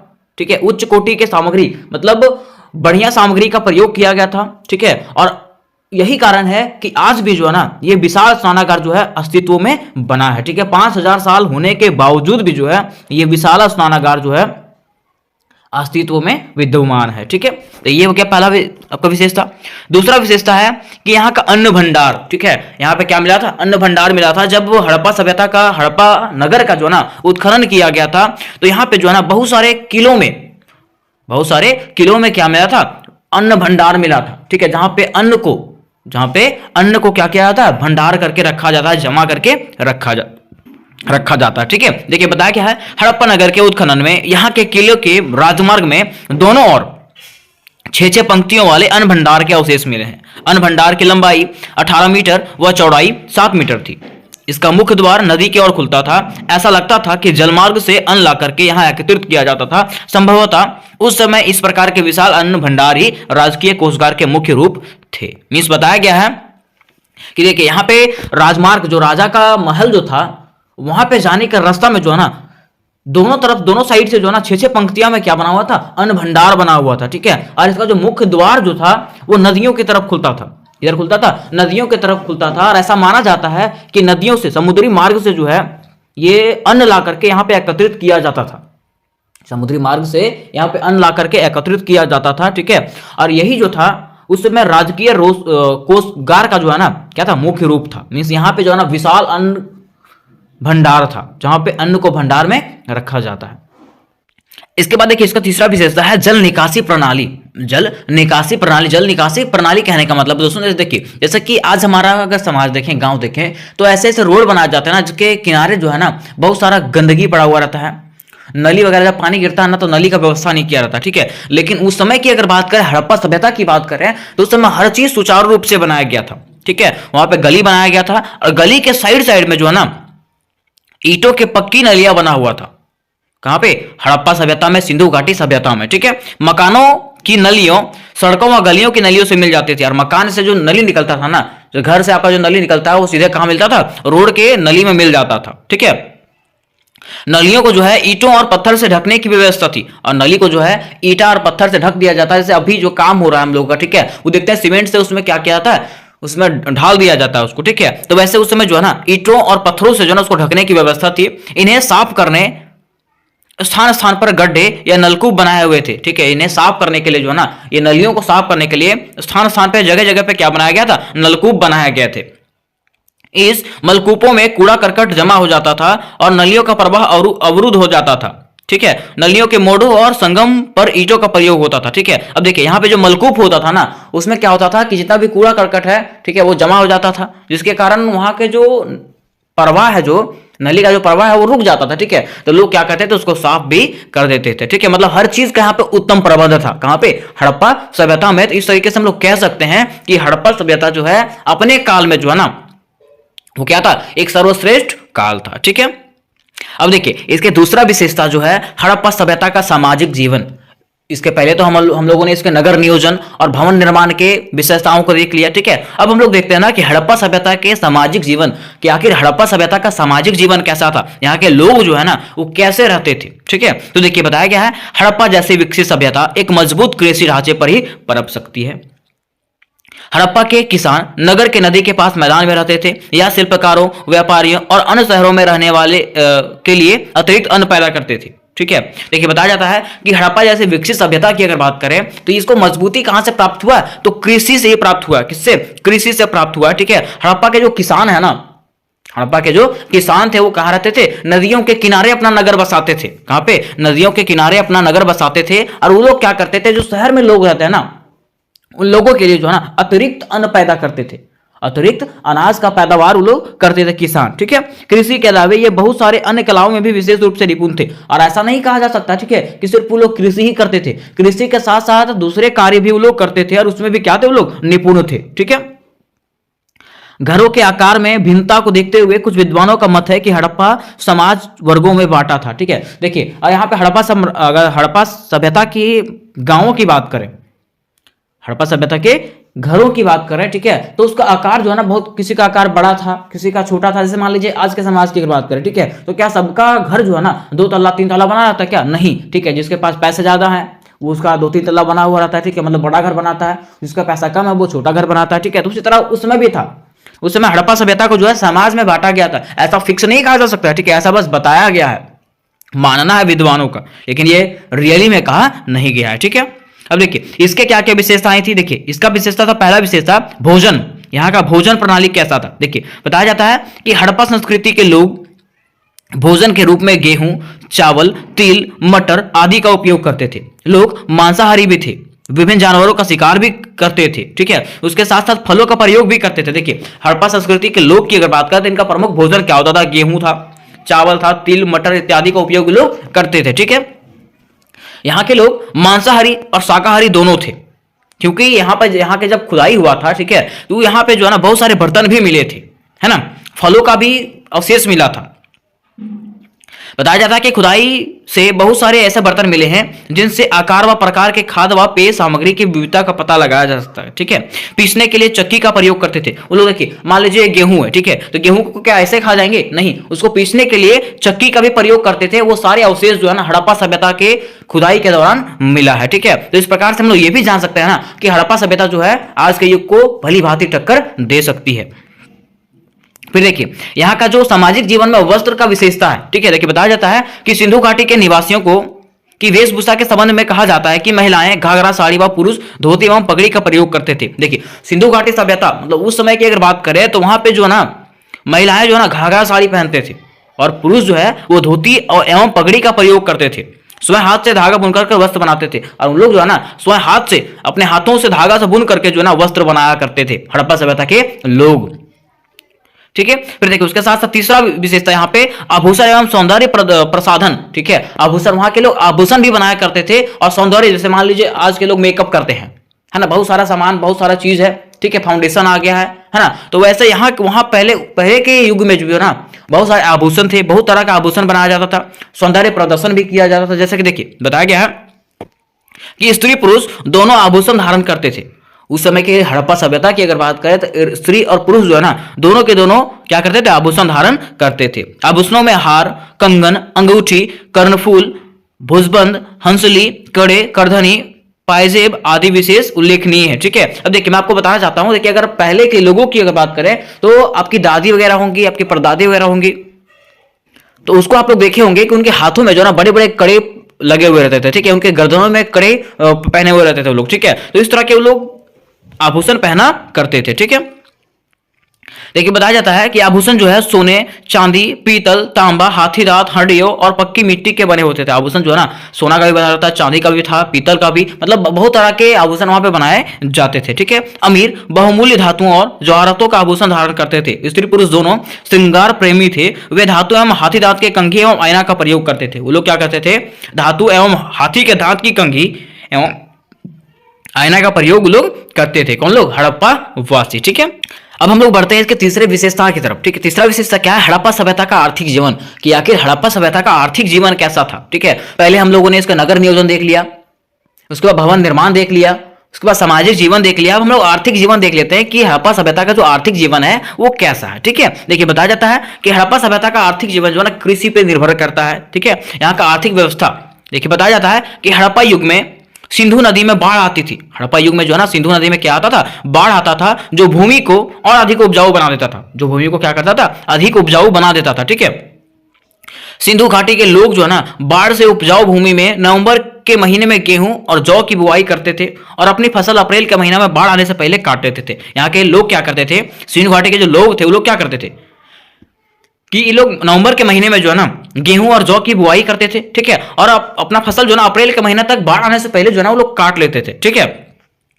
बताया गया है कि खुदाई में कोई हल या फावड़ा नहीं मिला है, ठीक है। जहां पे खुदाई हुआ था तो उसमें जो है ना कोई हल या फावड़ा नहीं मिला है, ठीक है। किंतु कालीबंगन में पूर्व हड़प्पा अवधि के खेती बाड़ी के लिए उपयुक्त खेतों के अवशेष मिले। लेकिन क्या हुआ कि कालीबंगन में जो है ना हड़प्पा के अवधि के जो है ना वहां पे खेती बाड़ी के अवशेष प्राप्त हुए हैं कि यहाँ के लोग जो है ना खेती बाड़ी करते थे, ठीक है।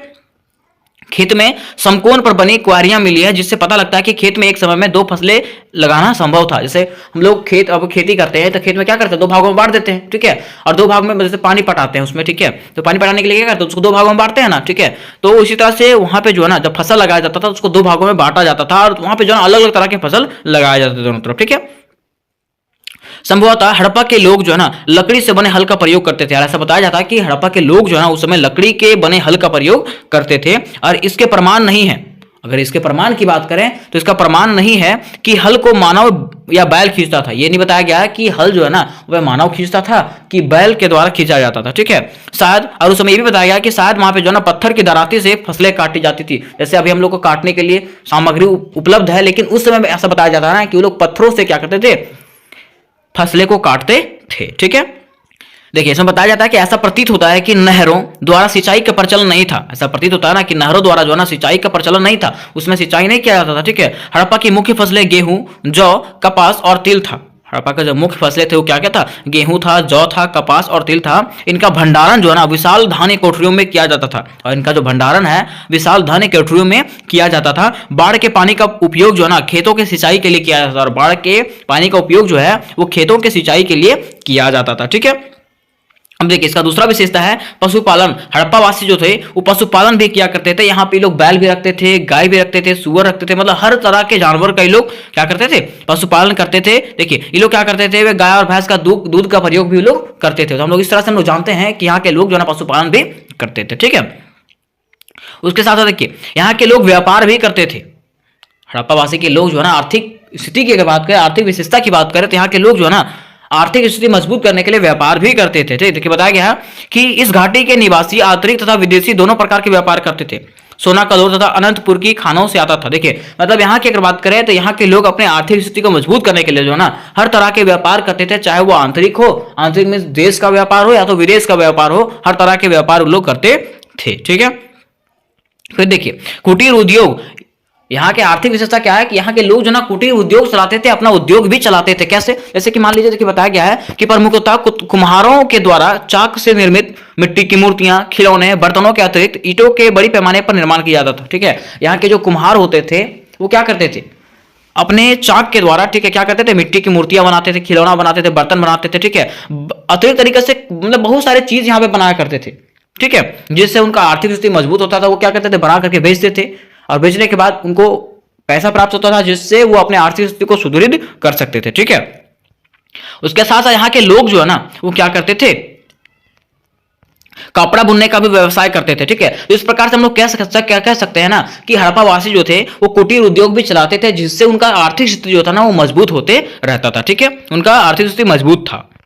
अब देखिए इसका चौथा जो विशेषता है, चौथा विशेषता क्या है, हड़प्पा सभ्यता का कला का विकास। हड़प्पा सभ्यता में जो ना कला का भी विकास था। ठीक है, ये इसका चौथा विशेषता है। ठीक है, अब देखिए इसका भी इसके अंदर क्या क्या बताया गया है कि मूर्ति कला या प्रतिमाएं, यहाँ के लोग जो है ना वो मूर्तियां बनाया करते थे। देखिए बताया गया है हड़प्पा सभ्यता के लोग धातु की सुंदर प्रतिमाएं बनाते थे।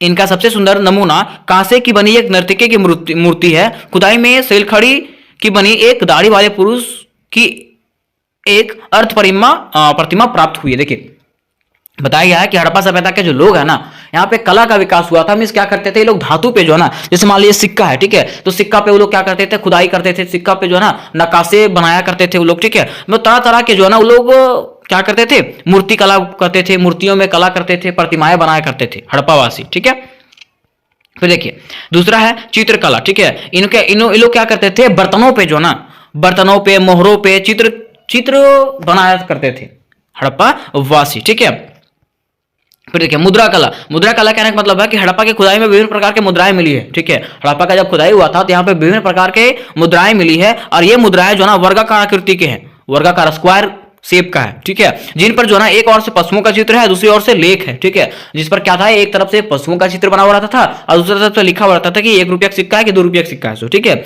यह हाथी दांत वहां मिट्टी के लगभग 3600 मोहरे प्राप्त हुए और यहाँ पे जो ना हाथी के दांत का और मिट्टी के लगभग जो है ना 3600 मुद्राएं प्राप्त हुए हैं। ठीक है, उसके बाद देखिए यहाँ का वस्त्र निर्माण कला। यहाँ पे जो है ना वस्त्रों पे भी क्या करते थे, मतलब यहाँ के लोग जो सिंधु घाटी सभ्यता की अगर बात करें, हड़प्पा सभ्यता के लोग की बात करें तो यहाँ के लोग जो ना वस्त्र निर्माण भी करते थे। उसके साथ साथ यहाँ पे लोग वस्त्रों पे भी कलाएं करते थे। ठीक है, जैसे कढ़ाई करते थे, ठीक है, मढ़ाई करते थे, तरह तरह के चीजें उसमें छापते थे। ठीक है, फिर देखिए उसके साथ साथ पांचवा इसका विशेषता है नृत्य एवं संगीत कला। यहाँ पे इस बात का भी प्रमाण मिला है कि सिंधुवासी जो थे नृत्य एवं संगीत से परिचित थे, भली भांति परिचित थे। ठीक है, बर्तनों पर कुछ ऐसे चित्र मिले हैं जो ढोल व तबले से मिलते जुलते हैं। ठीक है, और उसके साथ साथ बर्तन पे जो है ना कुछ ऐसे भी चित्र मिले हैं जिसमें ढोल, ठीक है, और तबले का मिलता जुलता चित्र बनाया गया उसमें। इससे अनुमान लगाया जाता है कि यहाँ के लोग जो है ना वो वाद्य यंत्र भी बजाया करते थे। ठीक है, देखिए इस तरीके से हम लोग कह सकते हैं कि हड़प्पा वासी जो थे वो आज के युग के जैसे थे। मींस जिस तरह से हम लोग आज का जिंदगी जी रहे हैं, अभी का युग के जिंदगी जी रहे हैं, उस तरीके से वो लोग जीते थे। ठीक है, लेकिन क्या हुआ कि धीरे धीरे जो ना यह सभ्यता कब खत्म हो गया किसी को पता नहीं चला और इसका ये साक्ष्य नहीं मिला, अभी तक ये साक्ष्य नहीं मिला है कि किस प्रकार से हड़प्पा सभ्यता का अंत हुआ है। ठीक है, तो निष्कर्ष में हम लोग इतना ही लिख सकते हैं कि उपरोक्त लिखे गए बातों से यह स्पष्ट होता है कि हड़प्पा सभ्यता काफी उन्नत थी। उपरोक्त लिखे गए बातों से यह पता चलता है ना कि हड़प्पा सभ्यता जो था वो काफी उन्नत था, जो आजकल के युग के बराबरी करता है, जो आज के युग की क्या करता है, बराबरी करता है। ठीक है, तो उम्मीद करते हैं दोस्तों कि ये क्वेश्चन आपको समझ में आ गया होगा। हालांकि ये क्वेश्चन लंबा है लेकिन ये पढ़ने के बाद आपको समझ में आ जाएगा कि हड़प्पावासी क्या करते थे, इसके क्या क्या विशेषताएं थी। ठीक है, तो इससे रिलेटेड जितने भी क्वेश्चन है सारे क्वेश्चन आपको बता दिए गए हैं मेजर हिस्ट्री के। अगर आप लोग उसको नहीं देखे होंगे तो डिस्क्रिप्शन बॉक्स में उसका लिंक डाल दिया जाएगा, वहां पे आप लोग सारे वीडियोस को आराम से करके देख सकते हैं। ठीक है, तो मिलता है नेक्स्ट वीडियो में, तब तक के लिए जय हिंद जय भारत।